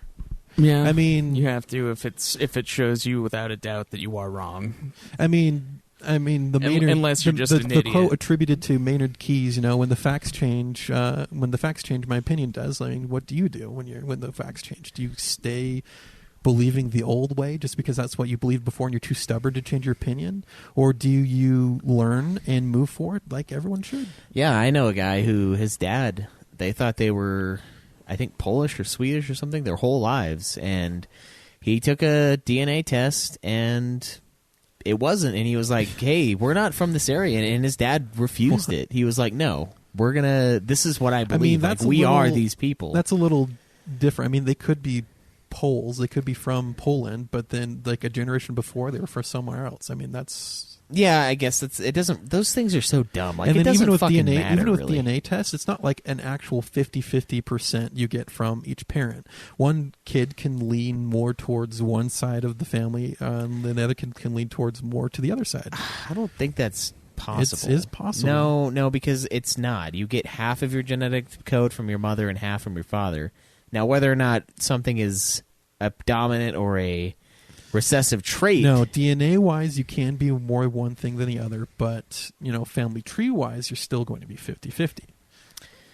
Well, I mean, doesn't that depend on, like, the dominance and recessive nature of the genes? Mm-hmm. Because, I mean, yes, you will look more like one parent than the other, but that doesn't necessarily mean you're more that parent. You're just, those attributes were stronger, and the other ones were passive instead of dominant or recessive. I don't know if that necessarily makes your genetic makeup more of one. And so this is actually something you can go look up, and there's good sources near the top of it.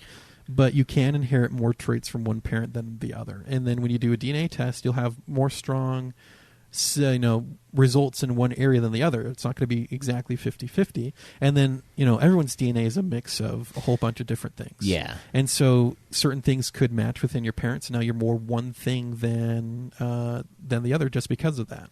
Yeah, that's how we can have, like, short people that have kids that are taller. It doesn't...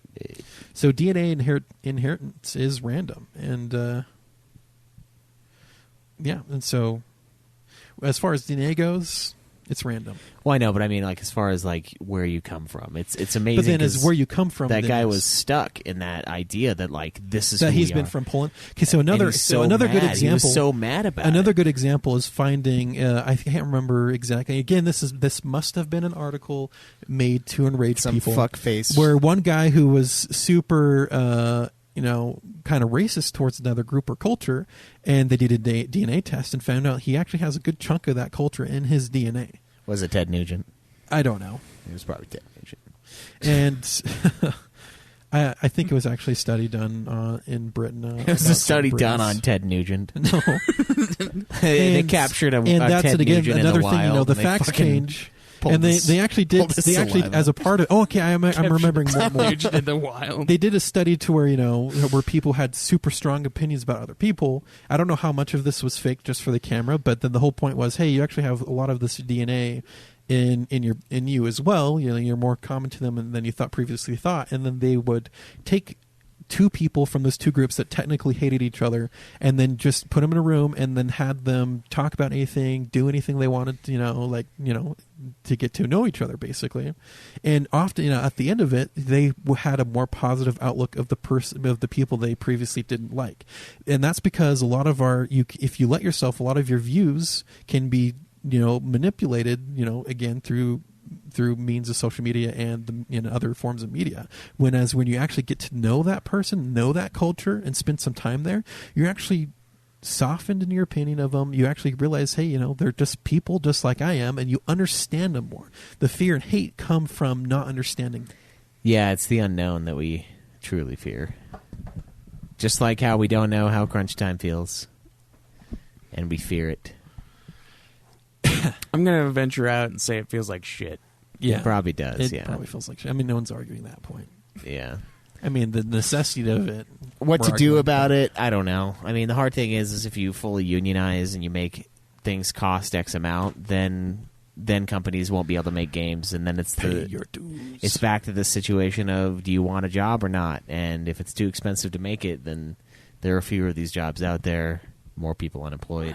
I don't know. In some cases, for the gaming community, I think it would be better if they do unionize. I would just say, especially with companies like Activision firing like half of their people and then giving all of their CEOs a huge bonus, which they did. And it wasn't just Activision who did it. Yeah. I don't care about I've that. seen like 3 reports of that happening where they fire like half their staff in certain companies, and then they just do that. It's ridiculous. It's ridiculous, but and it's they their shouldn't company. do that. Well, no, they shouldn't, but they can do whatever they want, Craig. Well, Greg, this is America where you can really, choose to lay off all the people. The you people who make EpiPen fucking raised their prices for EpiPen and stated that it was a fucking, like, there was a reason for it, and then the CEO gave herself a huge bonus, and they took her to court for it. It's not something that they should do. Well, how did it end up? I think she lost a fuckload of money. Because there wasn't a valid reason for them to raise the price of EpiPen other than to give her a bonus.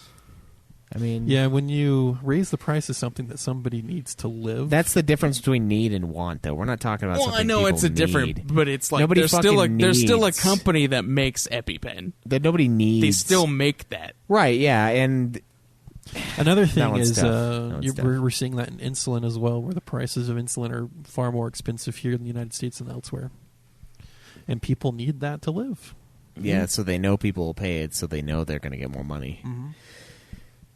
I don't know. I still don't think anyone's entitled to your work. So, like, the people who make EpiPens, no one's entitled to that product. I mean, Utah is a right-to-work state where they defend your right to work. Well, really, they defend your right to work when a strike is happening, is what that means. Yeah, but then also it's a right to fire you for whatever reason. Yeah, and I like that. And I like the idea that it can increase. And the nice thing about that is you can always have somebody else that can make one that it costs less. That's the whole idea of the market systems. And so if you're a fucker, there's going to be someone else that's going to see that you're a fucker and is going to be like, hey, I've got it for half as much, and then you're going to win. You know, or whoever else changed it is going to win. It gets tougher when it's like a medical supply thing. But again, how many thousands of years, how many millions of years did we not have EpiPens? People just died. And now we have them. You don't have a right to that. The people that were around before they were a thing didn't have a right to it. It wasn't a thing. Somebody worked to create it, and now they want to get fucking paid. I mean, that's a huge argument of itself. Do you have a right to live? No. Do you have a right to have existence? And do you have a right to have access to things that continues your existence? I don't know if there's a right. I think you should try to get it as much as you can. I mean, nobody wants to die. But I don't know if you necessarily have a right to that. That's like an odd statement. Did you choose to exist? No, you didn't. So now that you do exist, you have a right to continue existence. I mean, you should try to exist as long as you can. I think that's the ultimate goal. And then in this world where if you have a right to exist and you have a right, shouldn't you have a right to have basic necessities to continue such existence? And if you have a certain medical condition where things will kill you, shouldn't you have access to the thing that saves your life? I don't know if you necessarily have a right to that thing, though. If you can't do it yourself, I mean... But what if that thing is available, but it's the cost to get it so prohibitive that you can't get it? Then you gotta steal it. You got a right to steal. All right. I mean, I don't know. That one's a difficult one. But right. It is. I still so don't a company has a right to make money off of their product. Yeah. And exactly, so when a company spends money and time investing in medical stuff, and in the medical field, like they still need to make money off of it. But the people, do they have a right to have access to it? Do they have a right to have someone assist them to get it? I don't know. If they can't get it on their own. I don't know. I think we have a duty to help them get it. I mean, but again, I don't think they have a right to We're now that. stepping into another argument I don't think I want to get into about healthcare and how healthcare should work, but I don't know if anyone has a right to that, but I think we should be inclined to help each other for the overall greater good. Communist. No, that's just kind of what humans do. We work together. That's why we're better than the animals. Even though they work together too, but we have guns, so we can destroy them. We worked together and made some sweet stuff. But I don't know. Yeah, that's what makes it all difficult. Is like, the idea that you have a right to work only 40 hours a week. You have this and that, and like what do you do? I mean, I think making it hourly pay would be a great way to change up a lot of that stuff with the industry, because then it would be, well, is it worth it to crunch because we're going to have to pay them a ton of money? It's no longer, oh, you're a salary employee, fuck you. You can work as many hours as we make you work or you're done. It's, well, this guy's getting paid $15 an hour, and then it's going to be overtime for 60 hours this week. Are we really willing to fucking do that? And that might be a way to approach it as well. I don't know if I like the idea of like limiting the amount of hours someone can be asked to work, because when you need something, you need it. Let me go back and fix something I said about DNA real fast. So you do receive 50% of your genes from either parent, but again, it's the mix of the genes that they have inherited over the years that changes how much of one trait that you express. Yeah, that's exactly what I said earlier. It's the dominant and recessive nature of the genes. That's why you'll look like one more than the other. It's because like if I have a dominant, but you've had a recessive that's won out over the last 200 years. But based off of those mix done. of genes, you can have something more inherent in you than either of your parents. Exactly, yeah. So you can have diseases that they didn't have, or that you can have a higher chance of getting something that they didn't really have much of a chance of getting. Just like you have a higher chance of getting mad about crunch time at a game industry. I can't like how we keep trying to bring it back around. Yeah, crunch time can be bad, but I don't know. That's the hard thing. Is like even if we found people with experience with it, there are so many different people that have different views on it. Like some guys are like, "Yeah, it's whatever," and then people are like, "Fuck it, no, this is bullshit. I shouldn't have to work this many hours." So I don't know if there is a right answer, but it's good that there's a lot of talk going on about it, because that's how we come up with a solution. Just saying, oh, that's the industry, like I did earlier, isn't necessarily an answer. You need to know that that's what happens in the industry when you really get in. help, yeah. But that doesn't mean you can't change what it is. That doesn't mean you can't change that problematic industry. And the way we do that is by getting those people together and finding a solution, finding common ground, and saying this is what needs to happen for it to be sustainable, so that we still get the media, we still get the money, the companies are still profitable, but the people don't want to fucking kill themselves at the end, or aren't losing countless hours with their family and other things that are destroying their lives because of how much time they're putting into a game that some of them don't even play. You know, they just okay, everybody, the moment we've all been waiting for. This is Hog League. So this week we had some real fights. You know, we had some great matchups from some great teams. Just amazing work. Thank you all who take the time to log your hog, to get your points in. It's showing up. It's looking great. More and more people are participating week after week, and I love seeing how much you guys can throw down, how much ass can be dumped in the hog. Very exciting. Excellent work to all of you this week. So this week's matchups, as we mentioned before, Schweiss v. Joe. So Schweisses, Schwettmeisters versus the very lovely Most Offensives. Craig and the Bitches versus the Scots Spot. Doesn't Count versus Chase versus the World. Romagers Rompers versus A for Last Place. And Abrat Cracks the Whip against Matunica's Heroes. Everyone on my team, we put up the good fight this week, guys. It was great. We did so well. We got a good amount of points. 460 total, with Allybug and Winter Disa leading the pack with 153 and 132 respectively. Great numbers, guys. Unfortunately, that Joe has started to kick into high gear, and his team got 870 points, with leaders being True Hoax with 263 and Kaoki with 218. Brad F912, 184. Excellent effort from you guys.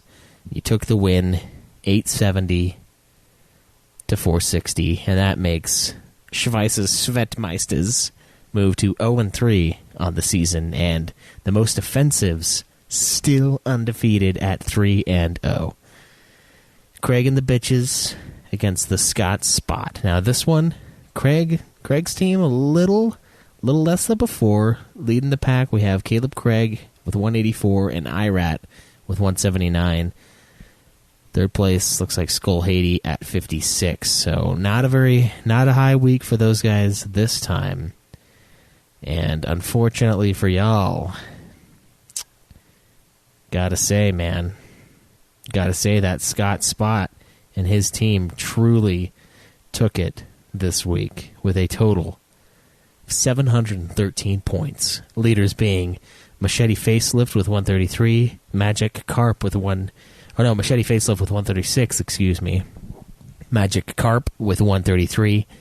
David Portnov, though, number 171 on that team. Fundamop 132. Excellent effort from those top scorers, top performers on the week. Great job, guys. And that makes Scott's spot move to an impressive 2-1 on the season. Greg and the bitches move to 1-2. Next matchup we have is Jake against Chase versus Game. This one, Jake, you got a lot of points, man. You did great for yourself. Jacob himself, 319, and for a team total of 521, he carried those guys, but unfortunately, he could not overcome Chase versus the World, who is truly set on taking on the entire world. He himself got 354 points. Thy Death Wife, 442. Thy Death Sword, 234. And I know it sounds like a lot. 1452 total team score. But Thy Death Wife, she caught up a few weeks ago. So that's organic. That's a shitload of points. So great work. Great work to all of you guys. And those mentioned ones especially, for being able to pull out a win over Jake's team. The Doesn't Counts move to an 0-3, whereas the excellent Chase versus the World are truly on top of the world at 3-0. So a couple undefeated, 3 undefeated teams this week so far. It's looking pretty good for those guys. Unfortunately, they're going to have to face off, and we're going to have a countdown to see who can stay undefeated in the Hog League. Next up is Romagers Rompers against A for last place. It now can finally be funny to call this team A for last place, because they are no longer in last place. Excellent effort. 993 total points from A4 Extremes team. Leading the pack, Kirk with 221. Simon Parker with 206, and then Dilshad with 165, Feliciano Miko and A for Extreme himself at 161. 993 points. I don't know, there are only 2 other teams that scored more than that this week, and they were not the ones they faced up against. So 993 against Dylan's 707. Very respectable numbers from both teams. Keo Live at Home, 223. Porcupine Racer, 141. Altered Destiny, 137. Dylan himself, 115. Great work on the win. That puts A for last place, no longer in last place, with a record of 1-2. And Romagers Rompers also moved to 1-2 with that matchup. Abrat cracks the whip against Matunica's Heroes. This one, Abrak's team, Cameron's team, not as great of a round this time. He only got 353 points, 144 from Alec 1020, 120 from Welsh Rads, 65 from Abrak himself, cracking that whip on Cameron's ass, who only got 2 points logged. So I think you need to add a couple burrs to the end of that whip, buddy, if you really want to get this shit rolling. So 353 total for that team, and Matunica explosive with 1173 on the week. We had all but 2 people on this team churn out points, and all of them double digits. Leading the pack, Stegger Rock with 271, Arrowbeard 195, and Matunica himself with 173 points. Excellent win on the week, guys. Matunica's Heroes, once again dominating. 3-0 right now. And Abrat cracks the whip, moves to 1-2. Now for week 5's matchups. Week 4, excuse me. Jake, one of us can't lose this time. We're both 0-3. but we're going to face off against each other, and someone's going to get a fucking win. I swear to God, it has to. We have to. There are no ties. We can't let a tie happen. So, Schweistikas Schvetmeisters versus Doesn't Count. Craig and the Bitches versus Matunica's Heroes. Romingers Rompers against the Most Offensives. A-Brat Cracks the Whip against Chase versus the World. And A for Last Place versus the Scots Spot. So guys, get in, log your hog, hogib.herokuapp.com. Join the fun, join the competition, join your league. Your league is depending on you. And guys, look, I know everyone that actually got points on my team got more points than me this week, but we got to do more, guys. We have to beat Jake. We can't lose again, man. 0-4 sounds so much shittier than 0-3. But regardless of what happens, I'm sure you guys will. I'm sure you'll knock it out of the park. I mean, I don't even think I need to hog my hog this week for us to be able to take Jake to Pound Town. But we'll see. And doesn't count. You guys can always prove me wrong. But guys, thank you so much for listening to this episode of Nude Clan. Until next time, as always, live always in the nude. Time to get good. Enjoy the nude.